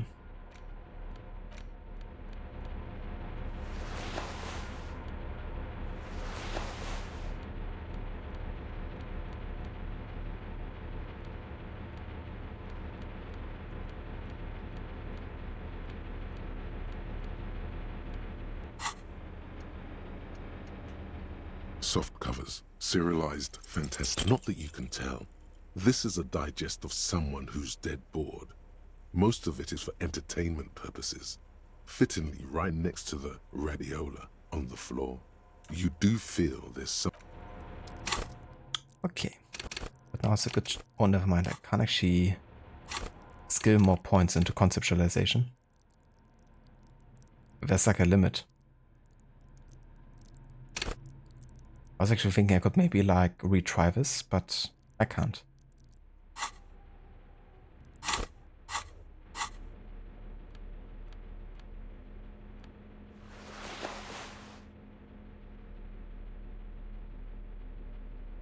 Family event goodbyes are a devious cat and mouse game between master strategists. Definitely can be.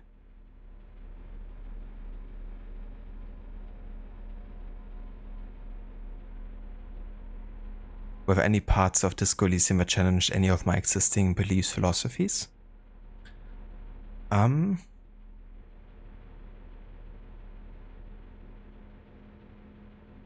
mean, I wouldn't really say that they challenged my beliefs to a degree where I was like genuinely, you know, questioning like, okay, what I believe in, you know, is that still the case or not?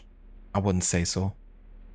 Because I already spent like a lot of time in my life thinking about those kind of questions. And I'm still very much open, you know, to like new ideas. But yeah, I would definitely say that I have strong convictions, I guess. And I'm pretty settled in those at this point. So yeah, I wouldn't really say that they, you know, challenged it on that level, but it certainly, you know, made me think a lot about a lot of issues again.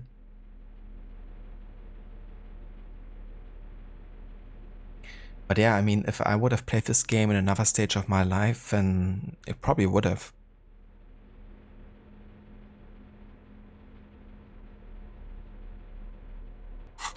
Very likely.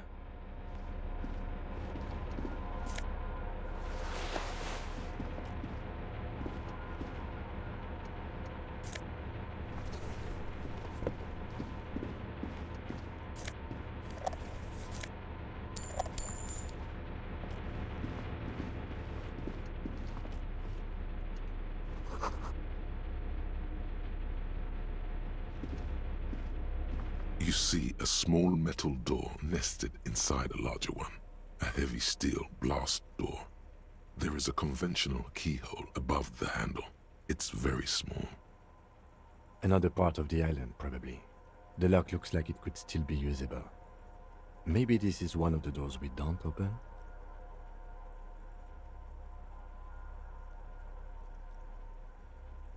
That's fair. You would say Disco Elysium expanded your horizons more than it challenged your beliefs. That's a common sentiment you hear. That's fair. Yeah, I mean, it certainly, made me go into topics that I, haven't thought about that much, recently again. And I certainly like, how many different viewpoints and perspectives there are in this game, Such a very like black and white type of story at all. And I always like when games do that. But this game, of course, does it on a very deep like lore level in addition. Having all of these political conflicts already built into the universe and story, for instance. He's right. It would be better to open its big brother. A powerful engine hangs under the ceiling. It must control the blast door.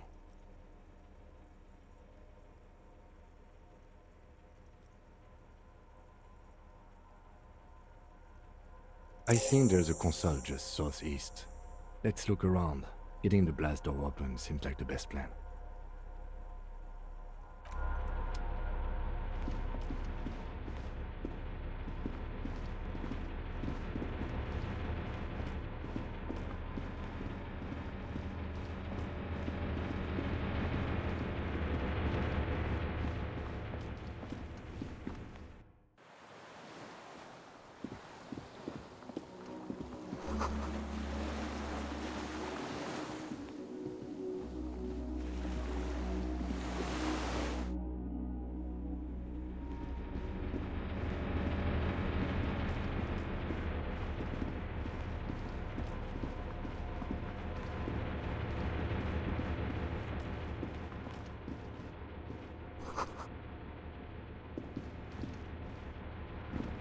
Green paint flecks off the monoblock aluminium cabinet. There are rows of switches on the front panel, a frequency band, and even a keyboard.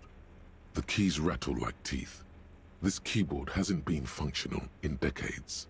The console of an antique computation device. The generator upstairs, with wires coming out, they terminate here. Why you on an island? I joined when you got on the boat, so you know what you're doing here. Yeah, so we were driving, or like sailing. I mean, not sailing really, because we don't have a sail. But yeah, we're taking the boat to this island because we got a clue that led the kind of like shooter to be on this island. Because it's like different kind of like long range approaches that we had to consider from where the shooter could have been, shooting his rifle. And we never considered this island because we never had any clue about this island. But the supposed rape victim that was also with the victim, with the murder victim when he died, she left, but she left us a clue behind, leading us to this island. But yeah, there was like a one with a sniper rifle. And we also didn't know that the guy was shot until quite recently. Because it was kind of like stuck in the body and not passing through.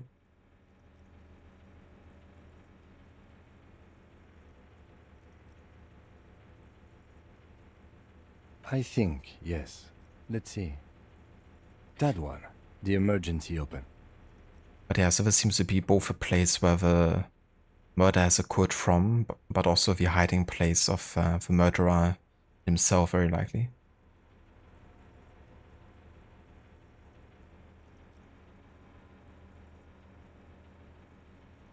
The lighting in the room turns on with a sizzle, a dim ambient orange.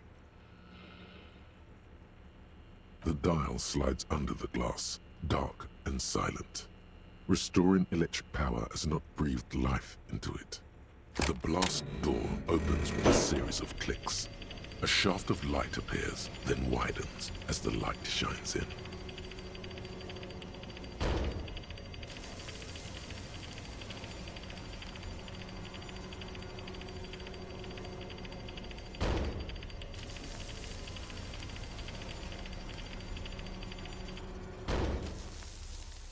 sudden wave of anxiety makes your skin crawl. After you. I don't know. A thin wisp of smoke rises from a charred black fire pit. The wind picks up, then dies down again.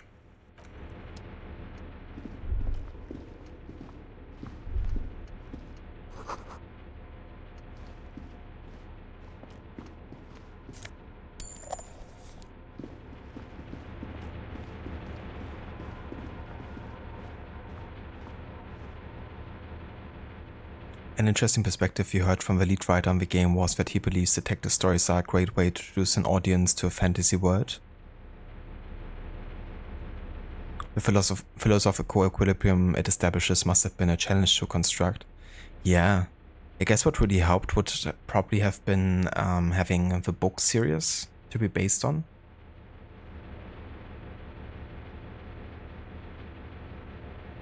So like a lot of it is already, I guess, established in a way, but yeah, like still, you know, taking it over into the game would be another challenge for sure. Like adapting it.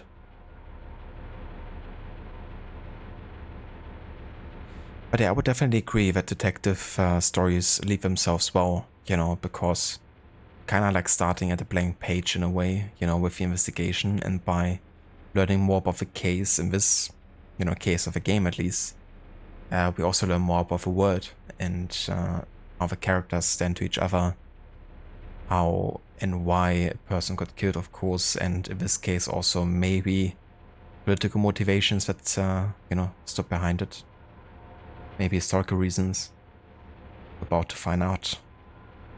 But yeah, it was definitely a very good approach. You know, for me, for instance, like not knowing anything about the universe.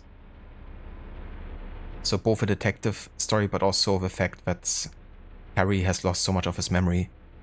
You know, in a way he doesn't remember anything at all much.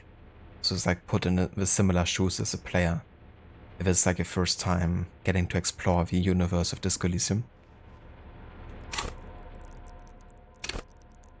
So we have a couple skill points here, and at this point I'm just gonna spend them, I guess, because it's like unlikely we're gonna have any more white checks to retry.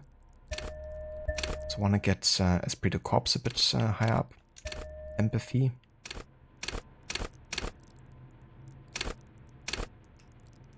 Shivers another time, and pain threshold. Actually, can I take this away? Yeah, that takes away everything. Okay, fair enough.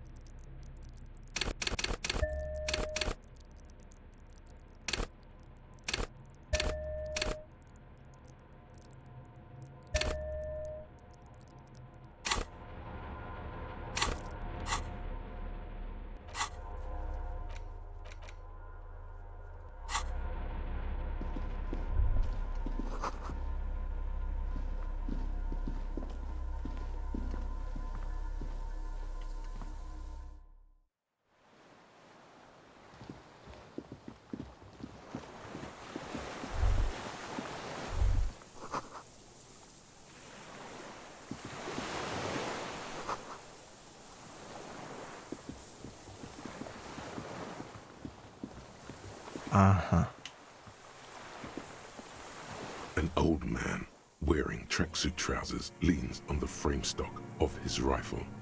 He gathers a big ball of spit in his mouth, then spits it out into the extinguished fire before him.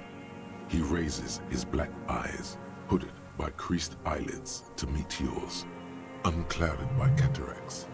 His eyesight is sharp. He's practically tearing up from spite. Hatred got the best of him a long time ago. This man hates everything.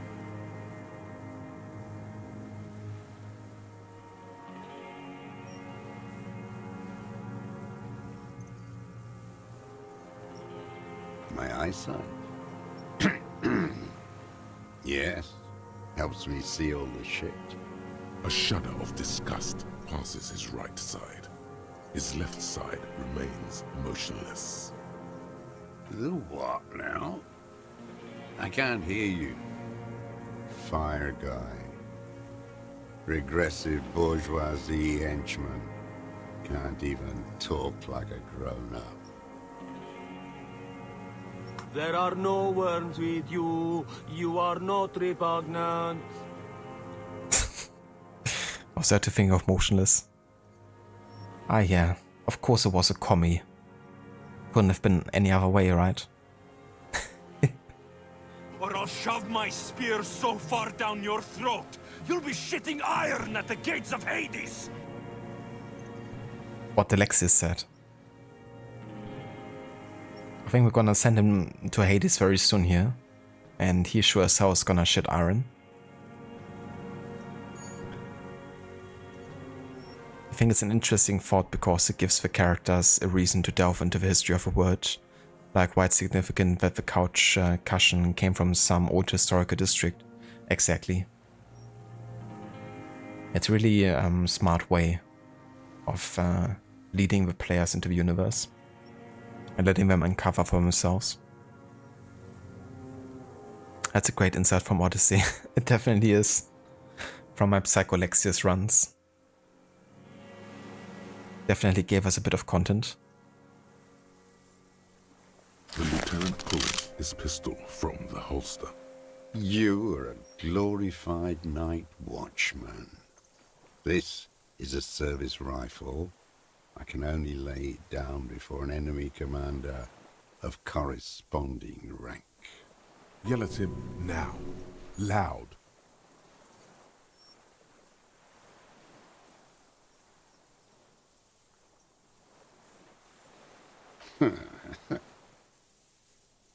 He is not afraid of such displays. This was the wrong move. The words, "I am an enemy commander," sound cold as iron from your lungs. The old man still hugs his gun. Didn't expect to actually succeed there. I mean, succeeding in dice roll doesn't mean you're actually succeeding with a person, but still. And what rank would that be, dog? A big wheel of the 4th Regiment of the Pederast Army. To hell with it. It's a walking stick anyway. It's out of bullets. Like an amputated limb in the sand. His gaze follows your motions. The rifle feels surprisingly light in your hand. Frame stocked and patched in places with tape and wire. The rifle's in a shabby state, like a crutch that's seen too much travel. Hieroglyphs are embossed into the forearm, made of walnut. On the butt, you see Vespertine writing, burnt into the wood. Triangle, 4.46mm, made in Sinyao. No one said it has to be a Belmagrave. We were just guessing. From ballistics, it could easily have been a triangle, too. It doesn't matter if it was made in Shanti Shanti. All it has to do is use jacketed ammunition. And it does. The right type and the right caliber. He's liking this. The old man keeps following your motion with his gaze. His right arm twitches suddenly. Succeeding with classy at the beginning doesn't go swimmingly either. I know, right? It's really funny, you know, how the game doesn't entirely punish you failing dice rolls all the time, you know? And at the same time, it doesn't always reward you succeeding.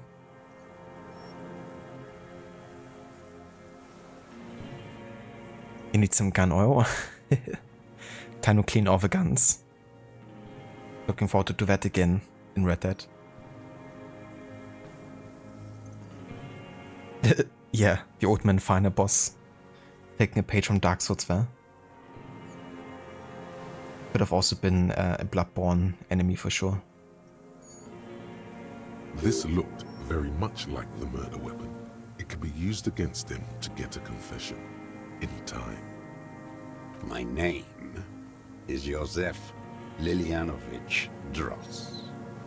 Political Commissar of the 114th Anti-Aircraft Division of the 4th Army of the Commune of Revachol.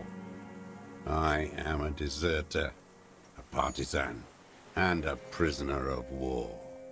This is my termless surrender. The Commune of Revachol? Do you mean the ICM?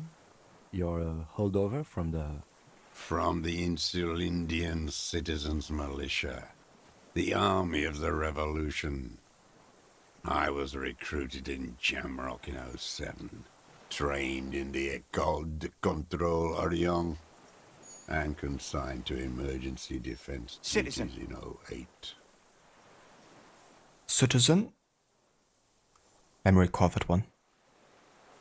A deserter's citizen. I left my unit on the eve of the landing. When I returned here on May 14th, the Commune had fallen. Still armed and ideologically trained, I wrote a criticism of myself and resumed partisan duties. 43 years. No. I've been on other islands too. I was an Resurrection until they turned it into a spa in '18. Then I was an E-48, a nameless sound, until the sea washed over it. Then I came back here. That was 22 years ago. It's not an island, Dwat. It's a defensive fortification of the Commune of Revachol, and I am its last surviving defender. How does anyone survive? I steal supplies, vegetables, I collect rainwater. It's the life of a dog, not a human being. But did you ever go to Monkey Island, Vo? You might have met the three-headed monkey. Don't be ridiculous, the three-headed monkey doesn't exist. Everyone knows they're not real. Looks over the shoulder. How is your health, Mr. Dross? I've been throwing up blood since winter. Red, like beetroot. Been passing it in stool, too. The RCM can provide medical services. You need to be looked over. I need to die. You don't have medical facilities. You have guns. That's all they give you. Toy guns. He looks at you, his face parched from the sun and the wind. There's a wince of pain in there somewhere. It was hard in the Thames. I didn't have partisan training. They were searching for stragglers, those bloodhounds.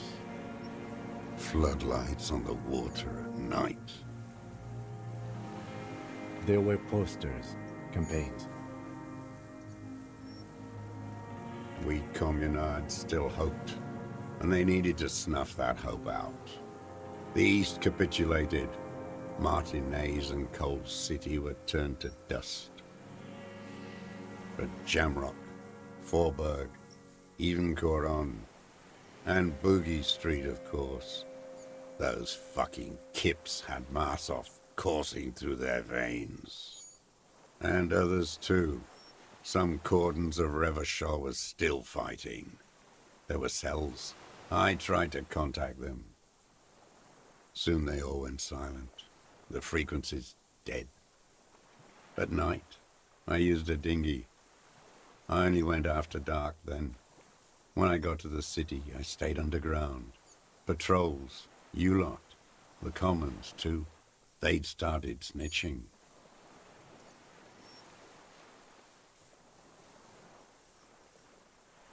Some days you wake up feeling like a three-headed monkey. Oh, where are we then? In the city, you move underground? From bunker to bunker. Not anymore. No one cares now. I don't even have to hide. They think I'm another antisocial vagrant. I could walk straight into that town if I wanted. I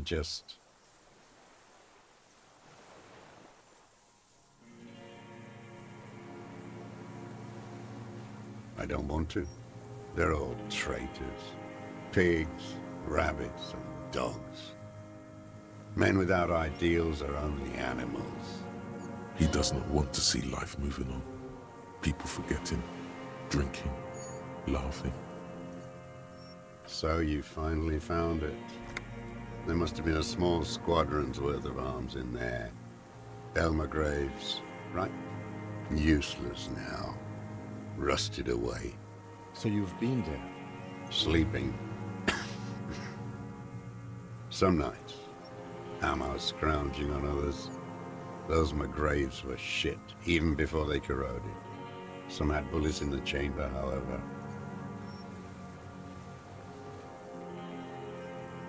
The propaganda bunker. I used to, but not anymore. Propaganda bunker?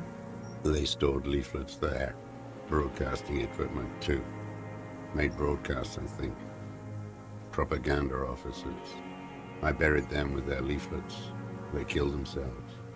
2 young boys. A lot of our boys did. I spent some winters there. Never liked it. Kept thinking of them. No need to go underground anymore. It's better in the ruins, on the ground.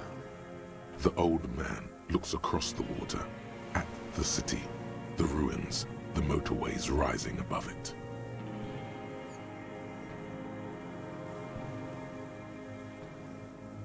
This is why the therapy should be mandatory. Yeah, I think he could have, profited.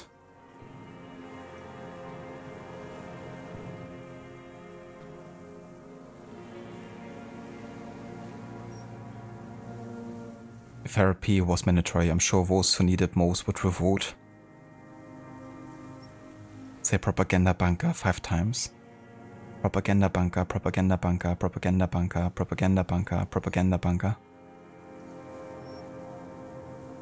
I did it.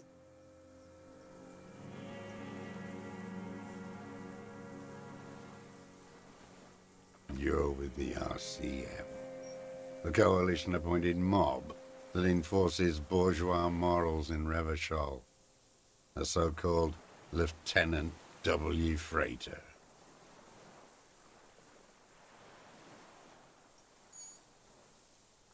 Ah yeah, another choice I have to make, like a political stance. But yeah, I'm with the RCM, I'm taking a neutral stance here. Let's.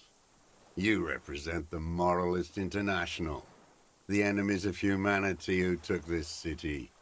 I represent their adversary, the Parti Communiste dans le Monde. Bless you. Take me to them as a prisoner of war. I have relinquished my weapon. I can no longer serve. No superiors can relieve me of my duty. You bulldoze them all to a mass grave for trying to free humanity. A spray of blood from his mouth on the black charcoal in the fire pit. No, I am not a soldier. I am an ideological officer. I belong to the party, not the army. Like you belong to the Moralist Party. I was just 16 years old. 15 when I volunteered. I had a lapse of faith. And of courage, too. A lapse of faith? See, we have a leap of faith. Yeah, we have a leap of faith. We have a leap of faith. Now we have a lapse of faith. I guess that's when you don't decide to go for the leap of faith. That's the lapse of faith. What's next? The lapse of fail? The success. Thanks, Aura. There's something unsettling about how if you change some terms here and there, you could have this conversation with a real person. That's true.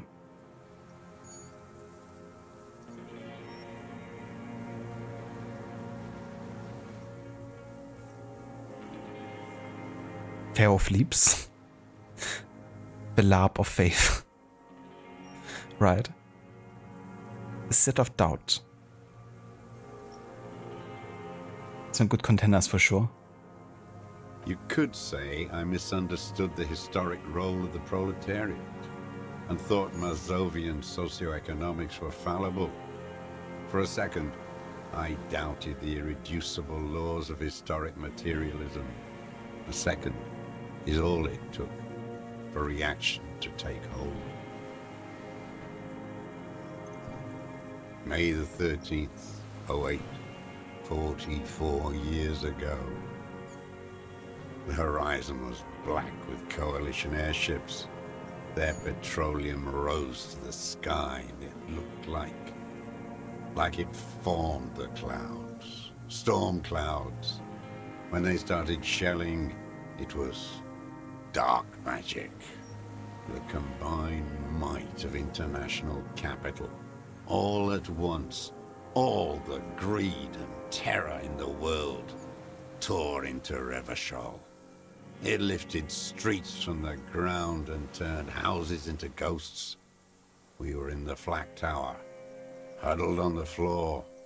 The artillery was 80 kilometers away in Ozon, but I knew the commune would fall.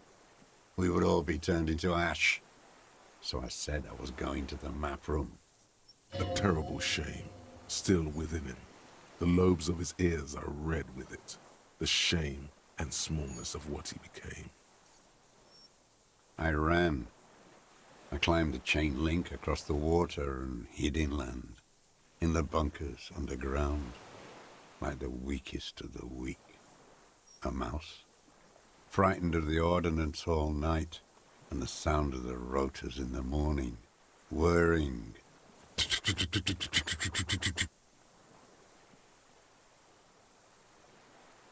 Amazing. Airships. I climbed out into hell. The landing was complete. The chain was submerged. I had to swim back. The fortress was half submerged too, shattered. They'd all drowned in the lower levels or got torn to shreds above. The anti-aircraft gun had malfunctioned. So had I. I left them without ideological direction. It was real. I'd seen it. I'd seen it in reality. The mask of humanity fall from capital. It has to take it off to kill everyone, everything you love. All the hope and tenderness in the world. It has to take it off just for 1 second. To do the deed. And then you see it, as it strangles and beats your friends to death. The sweetest, most courageous people in the world. You see the fear and power in its eyes. Then you know that the bourgeois are not human. Right. All the commies, you know, they're like the sweetest, nicest persons. I would never hurt anyone. But the bourgeois, they're not even human.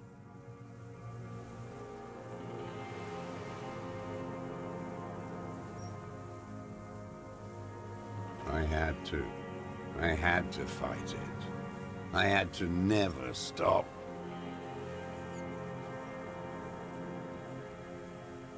"43 years and 10 months. It's not how a human being should live. But I had to. I couldn't just forget. I couldn't just forget what I saw. He just couldn't. He nods, but he can now. What have you been doing during all this time? Hiding, fishing, waiting. Where the afternoon grows late, on Rue de Saint-Ghislain, people walk home. Street lights will soon be lit. Further inland, the streets are alive with workers, men, women, children, street hawks and migrant laborers. The temperature is steady. Alto cumulus clouds form above Precinct 41. 2 police officers step out of the Whirling in Rags cafeteria. Satellite Officer Jean-Vic Mayer inspects giant letters across the plaza mosaic in dark red government-marked heavy fuel oil. Patrol officer Judith Minnow points west. The fishing village. She glances at her watch. We meet in 15 minutes. It's a 10-minute walk. The officers go, leaving behind the writing, still smelling of petroleum. One day, it says, I will return to your side. Always waiting. For her to return. Her who? Girl child. Revolution.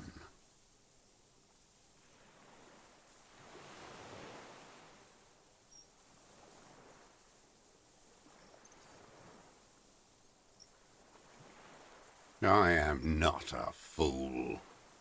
I know. The material base for an uprising has eroded.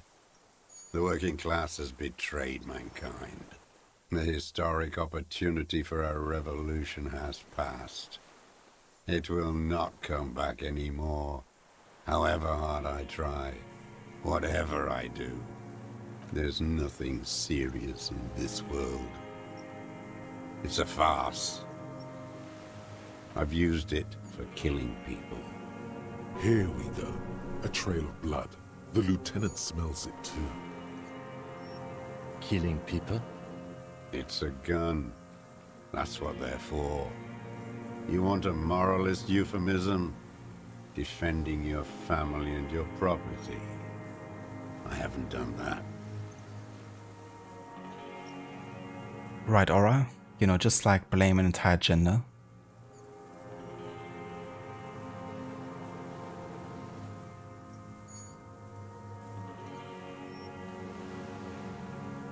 But you were part of a revolution once, just once. You felt like you were going around in a circus, so you left.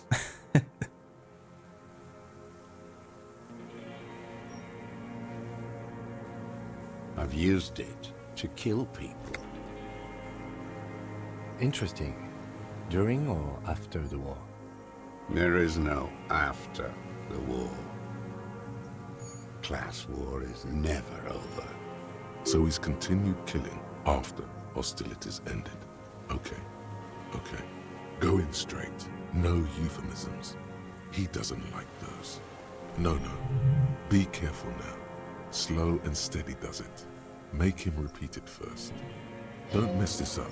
Remember, he wants to tell you. Get personal. What did I just say? What did I just tell you? Don't drop the ball now.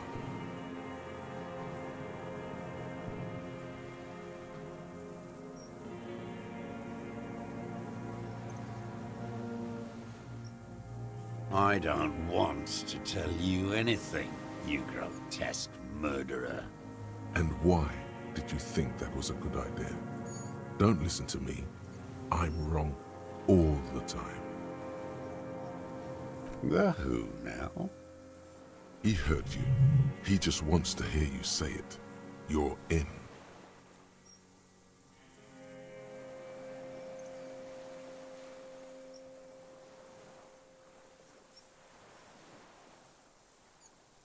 Oh yes, that one.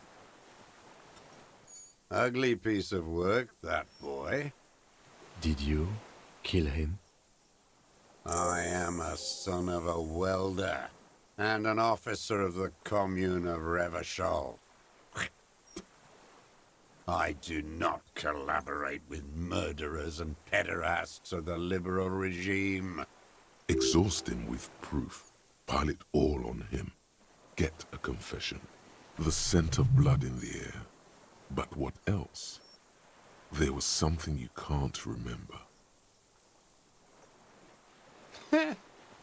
Not a lot of guns around that use military-grade ammunition, are there?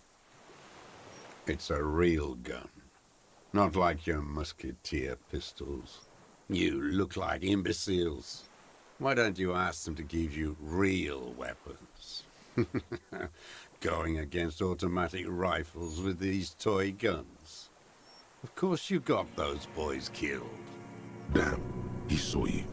He's watched it happen. So he saw you. Okay. So what? Don't let it divert you. You know what? You're right. I'm convinced this made the shot. Should we call it?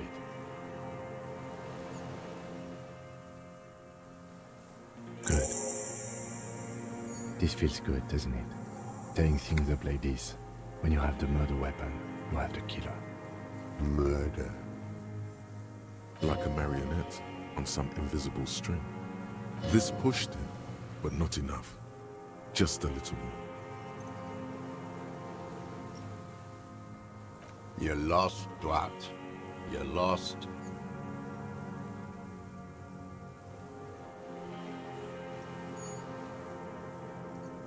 Petty bourgeois law. This is all you care about, right? The only thing in the world for you types. A drop of blood in the saliva. Tear into him again. Pile it on him. Well, I guess we're gonna hit ourselves on the head. Wait, here it comes. The goddamn Maybells. The dried Maybells on Clausia's roof. There were Maybells in the grass when you got here, and Maybells on Clausia's balcony. And nowhere else. Nowhere in all of Martinez have you seen them. Wait, don't forget the footprints. The diagonal prints in the dust in the secret space behind Clausia's bedroom. Now, they're gonna come up. He just keeps on hitting himself.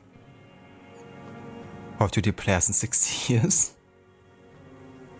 So much rage. Bullish is such a homeboy. It's like Harry's internalized therapy. Yeah, it definitely helps you, you know, get through situations.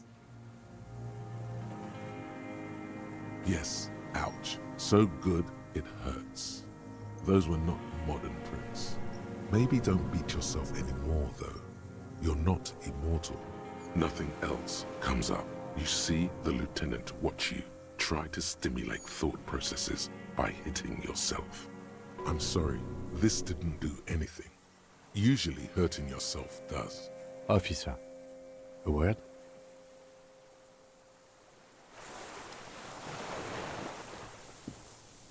I think we may have this. From nothing to this in a day. This is good, Lieutenant Gefreiter. We just need a confession first, and then maybe a solid motive later. Ballistics. Let him cook here for a minute or two. We can have another look around the island for a sniper's nest. I think we should check out the post. It doesn't have to hold in court. Just establish a line of sight, and he'll do the rest himself. Remember, he wants to tell us, but he doesn't want to help us. It needs to look like we already have everything. There is palpable excitement in his tone. He likes him for this. A lot. But there's something more, too. Alright, before we check out the tower, I'm gonna be right back.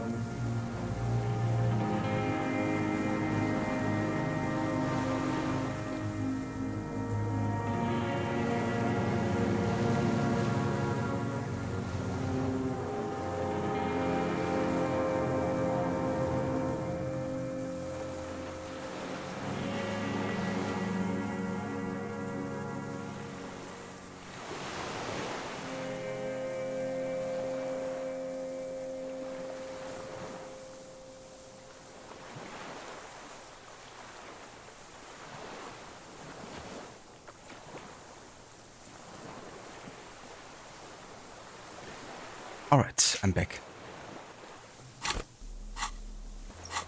So yeah, I kinda asked myself at this point how close I am to the actual, like, you know, end of the game. Because I was thinking that at this point I'll probably be there already, but I'm not. I didn't really plan on streaming for really much longer. So if this takes another like half an hour to an hour, I'd rather maybe do a session later this evening and finish it off then.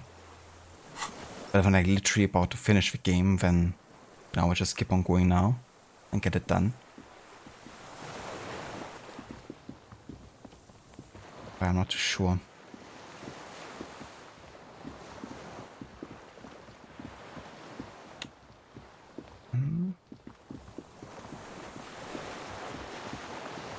Oh yeah, I can go here.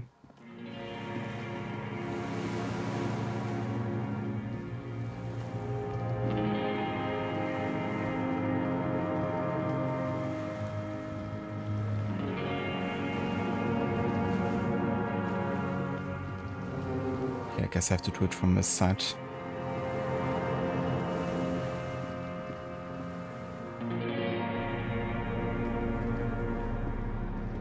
What do I? I'm confused.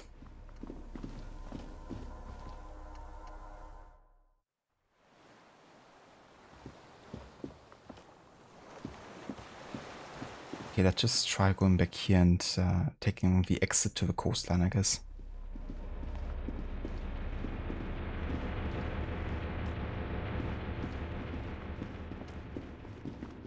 Over here.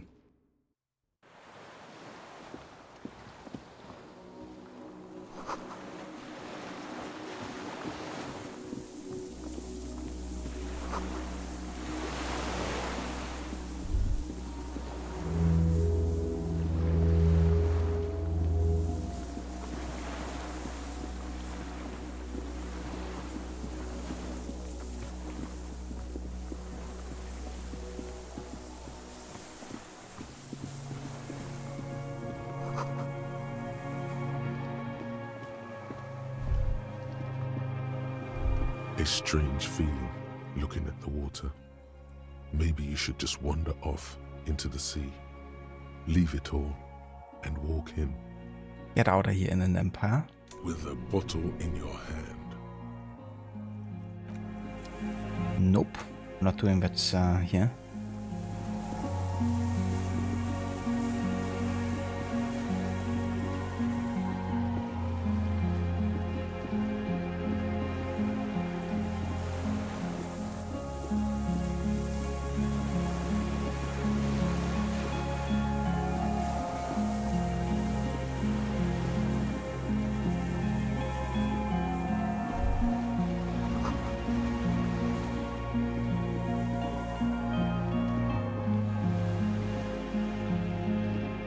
There's a rain-soaked mattress on a concrete slab, only half covered by the crumbling roof. At the head of it, double embrasures, firing slits like two eyes in the wall. B triple prime. This looks like a good place to shoot from. A single-person mattress, modern, civilian use. Brand name, Marjorie. There's a fuel stain on the cover, along with cigarette burns. And an empty can of beans on the ground next to it, filled to the brim with cigarette butts. The silhouette of a tobacco picker adorns the paper filter. The brand, Tio Mortieri. Yes, this guy gets around. There's a firing slit in the wall in front of you, like a little window. Quite old and grimy from years without cleaning by anything other than the rain. The springs screech as you lean on the mattress and crane your neck to look out. Trepidation, a tingling feeling in your stomach. A small piece of Martinez coastline opens up in the square in front of you, like a tiny landscape painting. 1 kilometer across the water, the ruins look familiar. A towering skyscraper, its top floors shaved off by artillery fire. Capeside apartments. Rue de Saint-Ghislain, 33A and 33B. the red chimney and collapsed back of the 4-story tenement in front of the Whirling in Rags, Rue de Saint-Ghislain, 10, the doomed commercial area. The box-shaped silhouette of the Whirling in Rags. Its sloped roof, a tiny fleck of light catches your eye on the rooftop, sunlight reflecting off the upstairs window of Clausia's room. Do you have a line of sight to the window? More than that.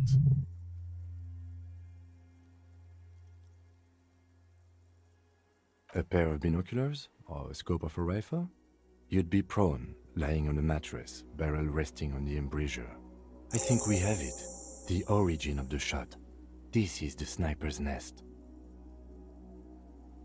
Nothing pointed here. Many leads pointed elsewhere. He looks north, over the fortification, then at the mattress. He's conflicted for a second. There's guilt there. It takes him a moment to rationalize it away.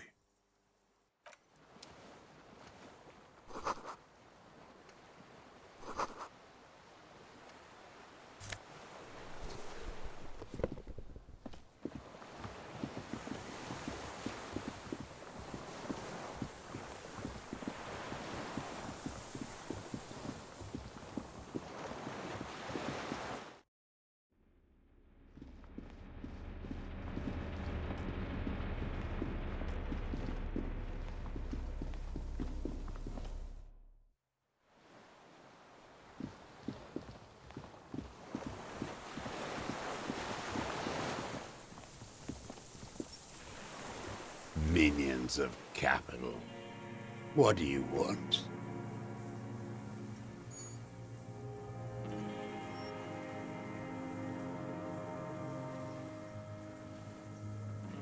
Omega, the whole game, Kim has to have questioned his reality every time Harry makes some crazy glitchometrics deductions. And just like, what are you talking about? But it's just another proof that Kim is just so patient. Even, you know, dealing with those moments. Pretty. A drop of tear into him again. Pile it on him. Damn Maybells. The whole island is turning white with them. He seems tender suddenly. Nostalgic. A strange mood swing. Thanks for follow and welcome in. So many this year too. The spring is coming. No, it's already here. Wash the filth away. Classier. With the victim. Almost. But you need one more. Just one. Or maybe two. Everything is brands with you individualists. Who cares what brand my shoes are? Sansa. Some shit. Show me the souls, please, Mr. Duras. Fucking imbecile.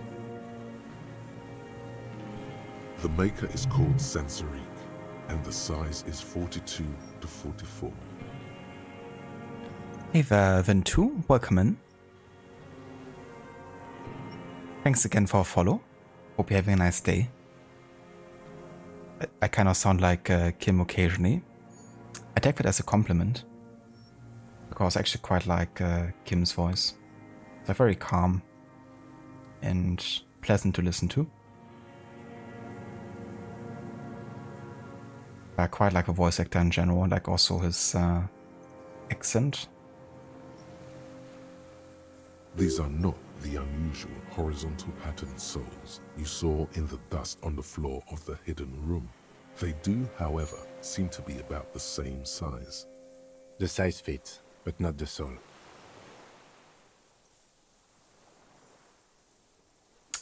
It's a red check, 72%.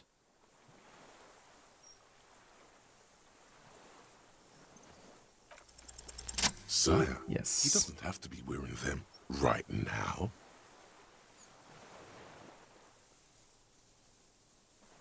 Yeah, Kim is such a great character. Definitely has been my favorite character in this game. I mean, that he's like a companion to us has of course played a huge role too. But yeah, he's very great character to be around. I don't blame you either, Vin too. Yeah, it took me a long time to actually get the body down. It wasn't until the third day of the investigation that I actually managed to do it. But for me, it was also because I don't want to betray my ideals. But yeah, if you like heavy reading or if you don't mind it, certainly worth playing. But yeah, I also had moments, where I was like, I don't feel like I'm making any progress. And honestly, there were a couple of points where I was like, if I wasn't streaming this or something, I probably would have laid down the game for a couple of weeks or months and like come back to it later, just because of how dense it was. I'm definitely glad that I stuck with it. And yeah, we're now about to finish it pretty much. Racking those brains, are you? Desperate to report something back to your masters?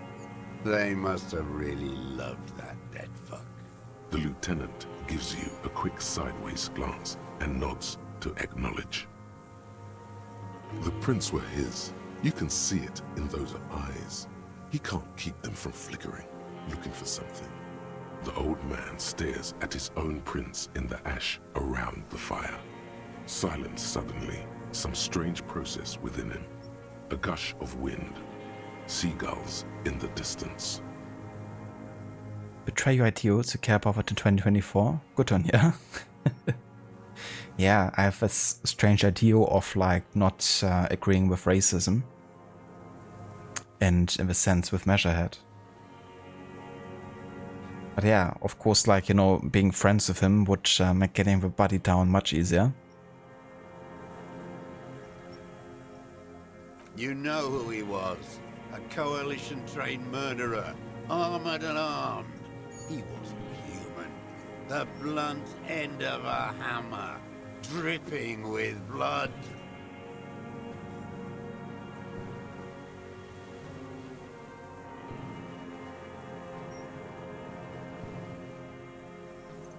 Beating us to the ground.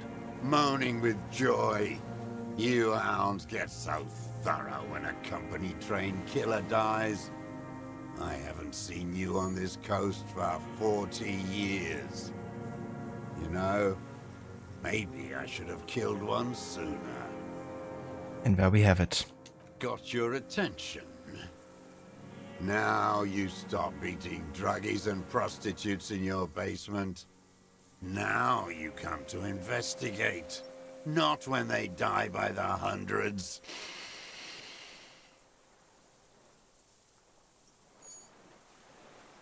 Oh, the inhumanity. One paramilitary less in Revachol. The lieutenant raises his right arm to hush you. Hush. He does not need to be pushed anymore. The ball is rolling. I had them in my sights. Both of them. Him and the whore. I was breathing with them. In phase. And I pulled the trigger and flew on the air until I landed in his mouth. I didn't think I had a shot like that in me anymore. I did. I saw him kneel there with his mouth full of death, and that stupid look on his face. And his dick still in her. Nothing. I went to sleep. Next morning there were Maybells everywhere. The world was white, or what's left of it anyway. My last spring here. I knew the fascists would come to avenge their own. And so they did. Mr. Dross, are you aware you're confessing to murder?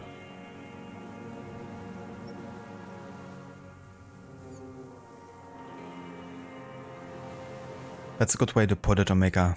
It's something that unfortunately got used a lot. Kind of like using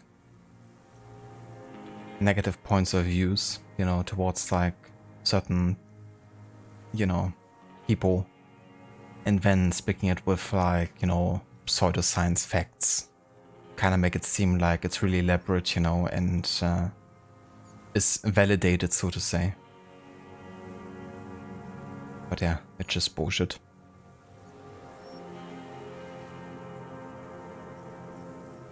Yes.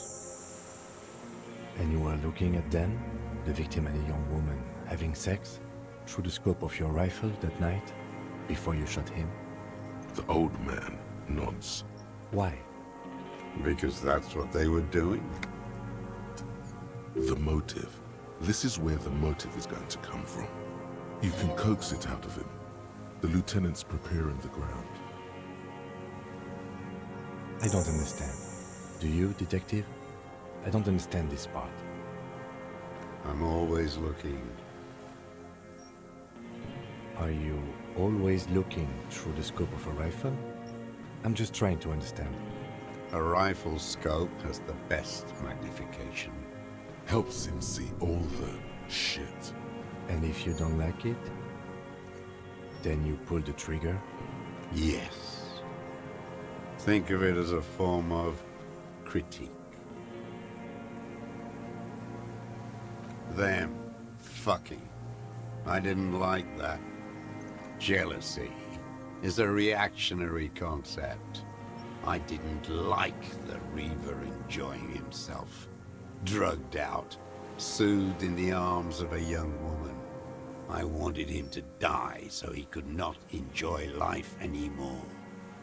And I wanted to see his head explode. That too. She should know better than to hold a child murderer between her thighs. I knew he'd be there for one more second, writhing. That's all it takes for the bullet to reach his head. Now that I think of it, I wasn't aiming for his mouth. I wanted his brains to spill out on her. But He wants to see her covered in blood. To punish her. She practically breastfed that man. You wouldn't believe the things she let him do to her. You stare at them too. In your mind, her innocence day still turns to leaf. Airport bag in hand. Silks flowing in her wake. It's no good, Harry. Her voice rings in the evening air. It smells of burning buildings.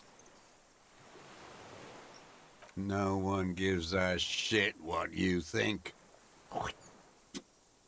You and your cronies kill 10 working-class men a day. I've heard the statistics on Channel 8.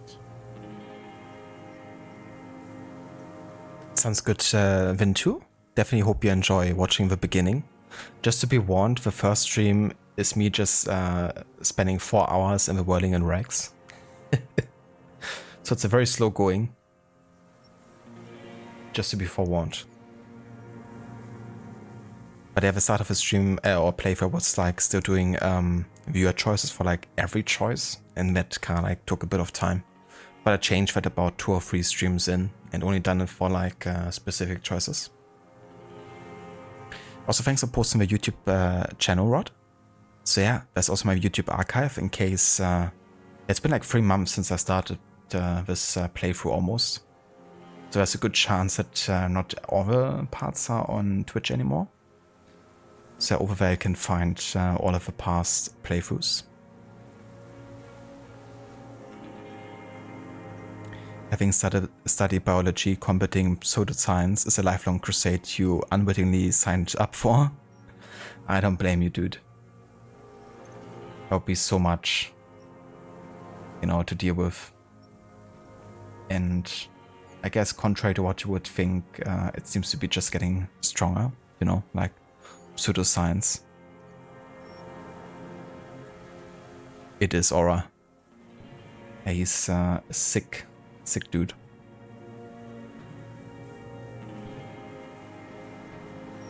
Thanks, Vin2, for the sub. Appreciate it. Since she came to Martinez, I saw her sneaking in the reeds early in the morning, behind the Fell building. It was dark, still winter. She didn't have a skimpy outfit on then, just a spot in the night, moving. Past the fell building on the coast? What was she doing there? Hiding something in the water.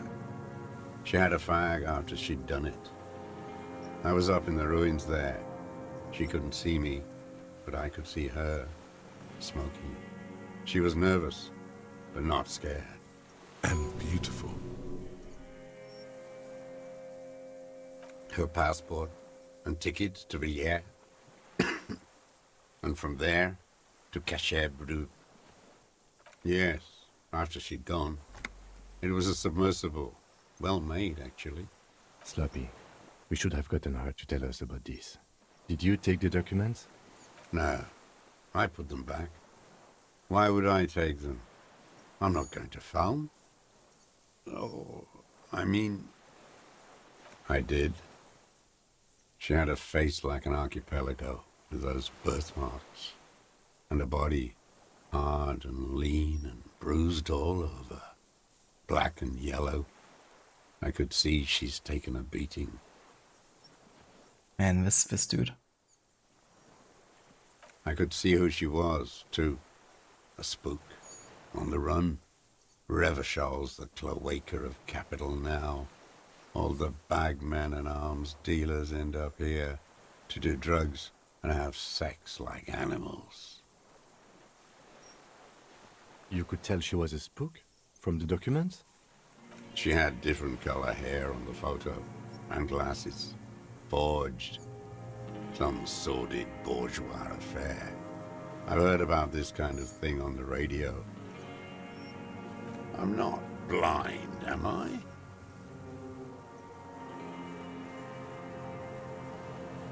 There's nothing to hold on to. Only this. It's not enough. The coals of his eyes glisten suddenly, like stones dripping with water. Is he crying? Man needs to feel something else. In this fight, it helps if you have your eye on something there. It's weakness, I know. Yes, over the years. It's not unproletarian to feel something. No. I don't really know. I was there one night and she was crying, like a child, in the corner of our room on the floor, like she does sometimes. The day after I killed him. Yes, I don't know why I do the things I do anymore. It's as if something put the thought there to leave the flowers. Neither does he. He lowers his head, like a sunflower on a withered stalk. In the silence, the lieutenant draws a line in his notes. One more down.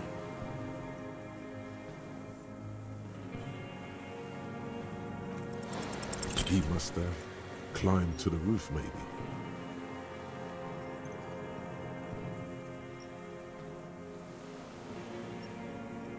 I have my ways. You've been through the secret route behind the whirling in rags. Those were your footprints. You just changed your shoes. I was about to say he's probably also the guy who just spied on her through the peephole. The sick bastard. Exactly, Omega. I've been through all of Martinez. Every nook and cranny. Thank God, the lieutenant is picking it up. But that Nook too? Yes, that too. The things they did in that little room. What she'd do to feel good. Funny the way light works. You turn it on inside, and it gets so dark out, you can't see a man looking in. I learned that in the 20s, when they were still hunting me. I've seen people do some shit, but... You hear the familiar scribble of the lieutenant's pen. A quick glance at you. One more loose end down. We're doing this, detective. How did you get in there? The hidden pinball workshop. I can just walk in there now after a good wash. I told you, they think I'm an antisocial. Closing hour is a good time. The kitchen's empty. You had to open the steel door in the kitchen? How? I got that open a long time ago. Some bourgeois game merchant lived there. I don't know, 15 years ago. He left spare keys all over, and I took one. Then I saw her turn the light on one night in my scope. One more thing. The flowers, Mr. Dross. The dried flowers that were on the roof. What about them? I did. I shouldn't have. It was a mistake. I was there one night, and she was crying. The day after. Yeah. It's as if something put the thought there. Maybe. I have these holes in my brain now. I wouldn't just sit here waiting for you. Yeah, that's the thing, Aura. You know, bit of a fanaticist, and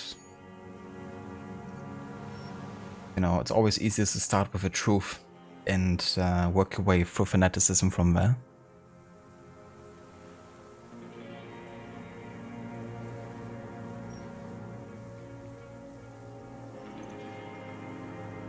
A sudden pang of rage.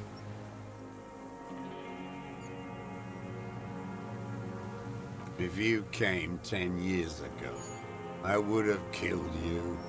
In the silence, the lieutenant draws a line in his notes, then nods at you once more.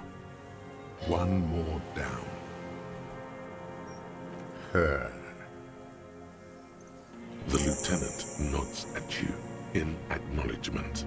That's it. Motive. We have it. Where is she, that Clasier? I haven't seen her there for days. Good for her. That girl kept staring into the scope, you know. In the end, this last week, kept staring at the island. At night, crying or smoking on the roof. Like she knew I was here. It doesn't matter. Man, that's so fucked up.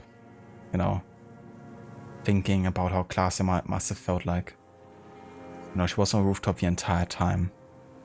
Basically ready to die. Knowing that the guy with a sniper rifle would look at her. Would look at us. Midtown, across the Bay of Revachol, the oceanic wind washes forth. Sorry, no time for this right now. Across the water, he's the special as the good luck, Harry, she thinks. You need something good for this. We could get more. We've got him talking. You could get more out of him. He likes talking. No time for shivers right now. Enough. Take him in. Bend his arms behind his back and end this. Yes. What? But you said I would be taken to the... I know I did, but you confessed to murder. The wind picks up. The silence on the water is broken all around you. Little shivers of waves appear. The lieutenant continues, like an incantation. Your Wayfarer rights have been suspended. Information provided to the officers on the scene will be used against you by the prosecution. You will be given legal counsel within 1 week and must face court in 44 days. Do you understand? Do you understand? But... No, I don't want to. I have to stay here. He's sweating. Beads are forming on his forehead. Pupils are dilated too. Eyes getting blacker and blacker. Your confirmation is not required, sir. Now on to the boat. There it is again, to your north, as it has been since you came to the coast. The reeds whisper, stalks rubbing against each other. But then, in the middle of it, something completely different. It sounds like a bow, very slowly being drawn against the strings of a violin. A very small violin, made of reeds and rushes. Maybe there is room for 3 on the boat. What? What are you talking about? Is this... Your skin crawls.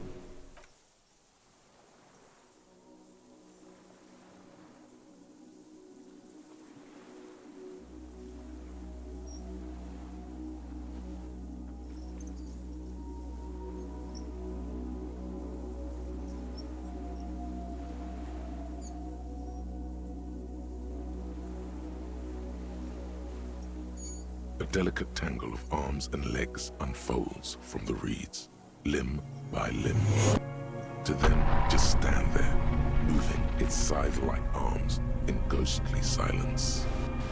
It's the cryptid. Also, Lova Gislek, welcome in, dude. Thank you so much for the raid. And welcome in. How was your stream today? Hope it went well. This transgression against Shivers will be remembered.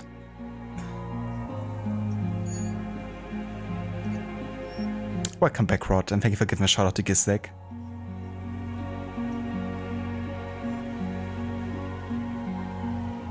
What are you talking about? There's nothing there. The stick insect is over 3 meters tall. It looks straight at you with its tiny pinprick eyes and its grotesquely small head. You feel your legs shaking under you and your gun hand move to your holster, but you don't have a gun. Yeah, it was worth it in the end, Aura, learning about it. Nice, Gislek, that's great to hear. I'm glad you had fun. Yeah, I heard that they don't make stove mandatory anymore. Like, you can now go guns blazing instead of like being forced to stove. See what exactly? I can see it. 4 simple words, thank God. If you can see, then you're not insane. But that means it's really there, spinning slowly, in absolute silence, its limbs long and slender. Be very, very careful.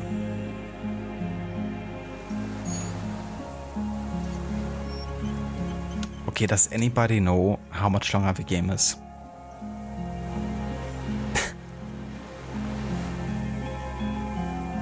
Anyone who played through the game?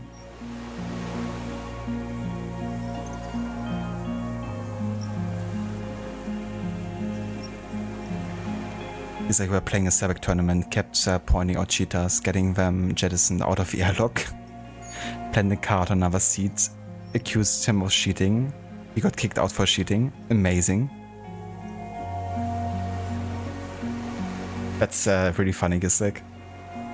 When it works out like that, just like blaming it on another person.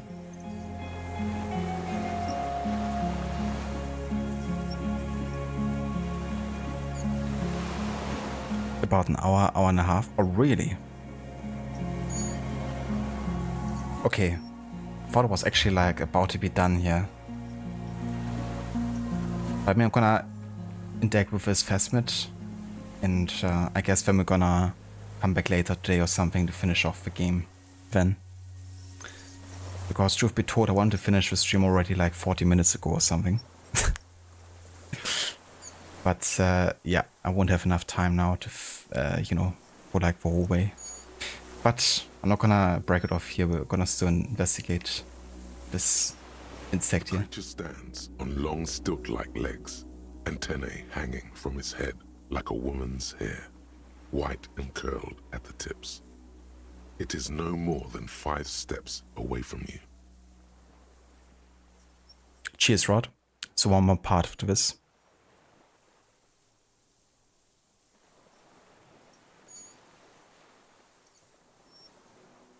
Oh, that's cool, Gislek. They've also like added that, you know, made also the AI try to cheat.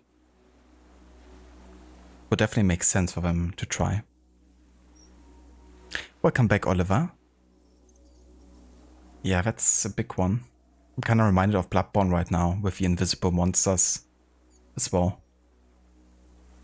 Reed-like tufts stick out of its joints. As the insect moves its forearms, it produces a faint hiss, like a reel-to-reel machine spinning after the tape breaks. The hiss is different from the strings you heard before. It says something else in a lower pitch.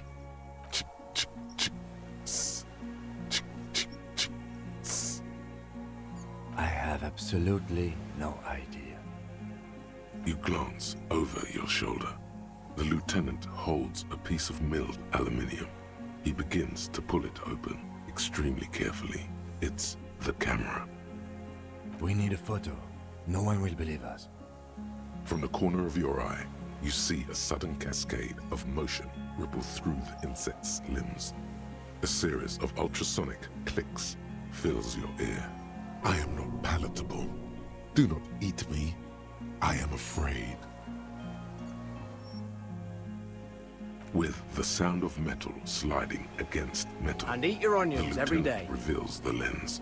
The glass glints in his hand as he begins to slide in an ampoule. You see the insect turn to him, its mandible antennae reaching out. Its motions are quick, sudden. The ampoule will produce a loud hiss. You're right. It could scare it away. I need a better moment when it's not looking. I'll wait. I'm on standby, he thinks, his hands sweaty around the machine. The spindly mechanism turns itself back to you. Yeah, I wouldn't stay around for much longer either if I saw that thing. Exactly, it's a natural transition, Oliver, you know. One day save a club, next day do this.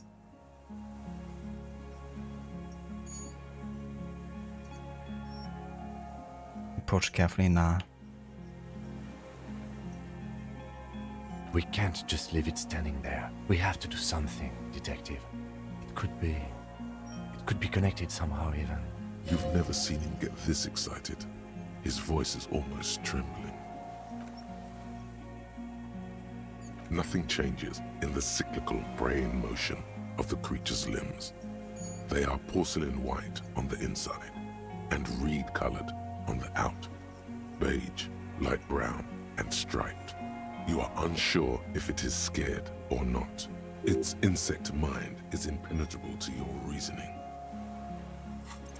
That's foul, I guess.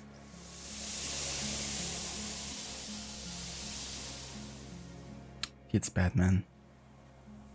You barely get to take one step. The invertebrate reacts with uncanny speed, skating away across the water. It's gone, like a skipping stone, leaving nothing but rings on the sea's calm mirror. Where? Where did it go? You never had a chance. There was something off the moment you approached it. It was scared of you, of humans. He shakes his head in silence, an expression on his face that you've never seen there before. It's just a blur. Well, I guess I gotta keep it in our memory then. What now? Such a cute little fellow. Pokemon has gotten out of hand.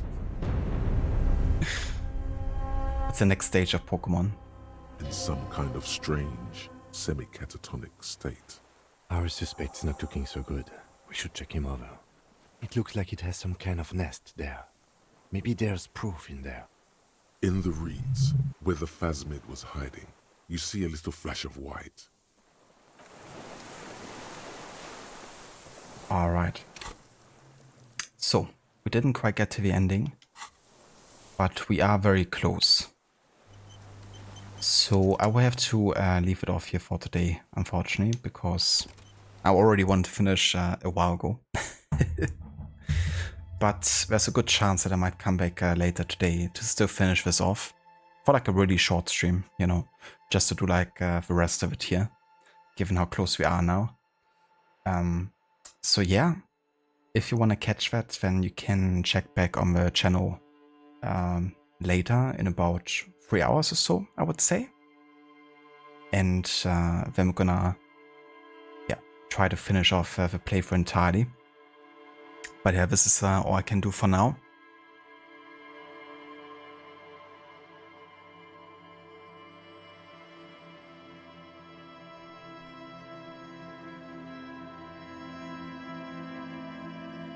Sounds good, Aura. Maybe catch you later then. I hope you have a good rest of your day. And no worries for the stream. Thanks for being here.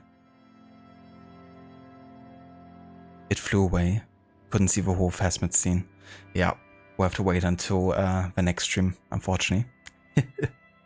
But hey, then it's gonna be exactly 20 streams, I guess, for me to finish the game.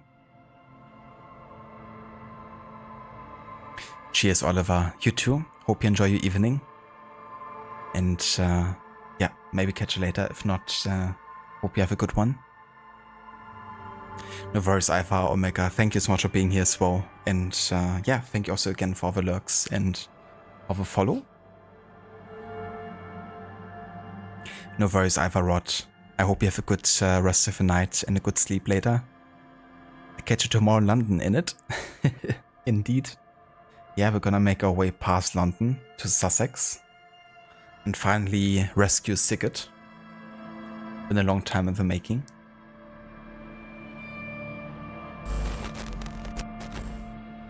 But yeah, let us have a look who's online and who we can rate. Who's streaming.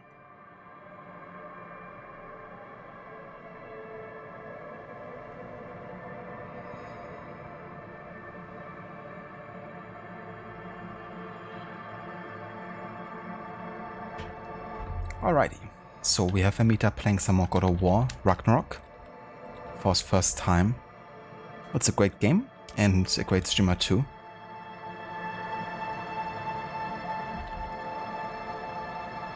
Cheers, Rod, for posting the raid emotes as well.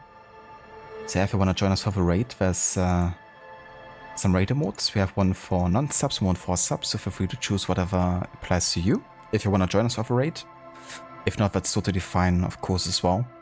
Thanks again so much, for watching the stream and being here for that. If you can't make it back later for the other stream, that's no worries either. It's also gonna be a very short one, so yeah, just gonna stream until we finish the game, pretty much. But yeah, I hope you all have a good rest of the day. Thanks again, Vin2 too. I hope you have a good one. Thank you again for the follow. And yeah, I'll catch you guys next time.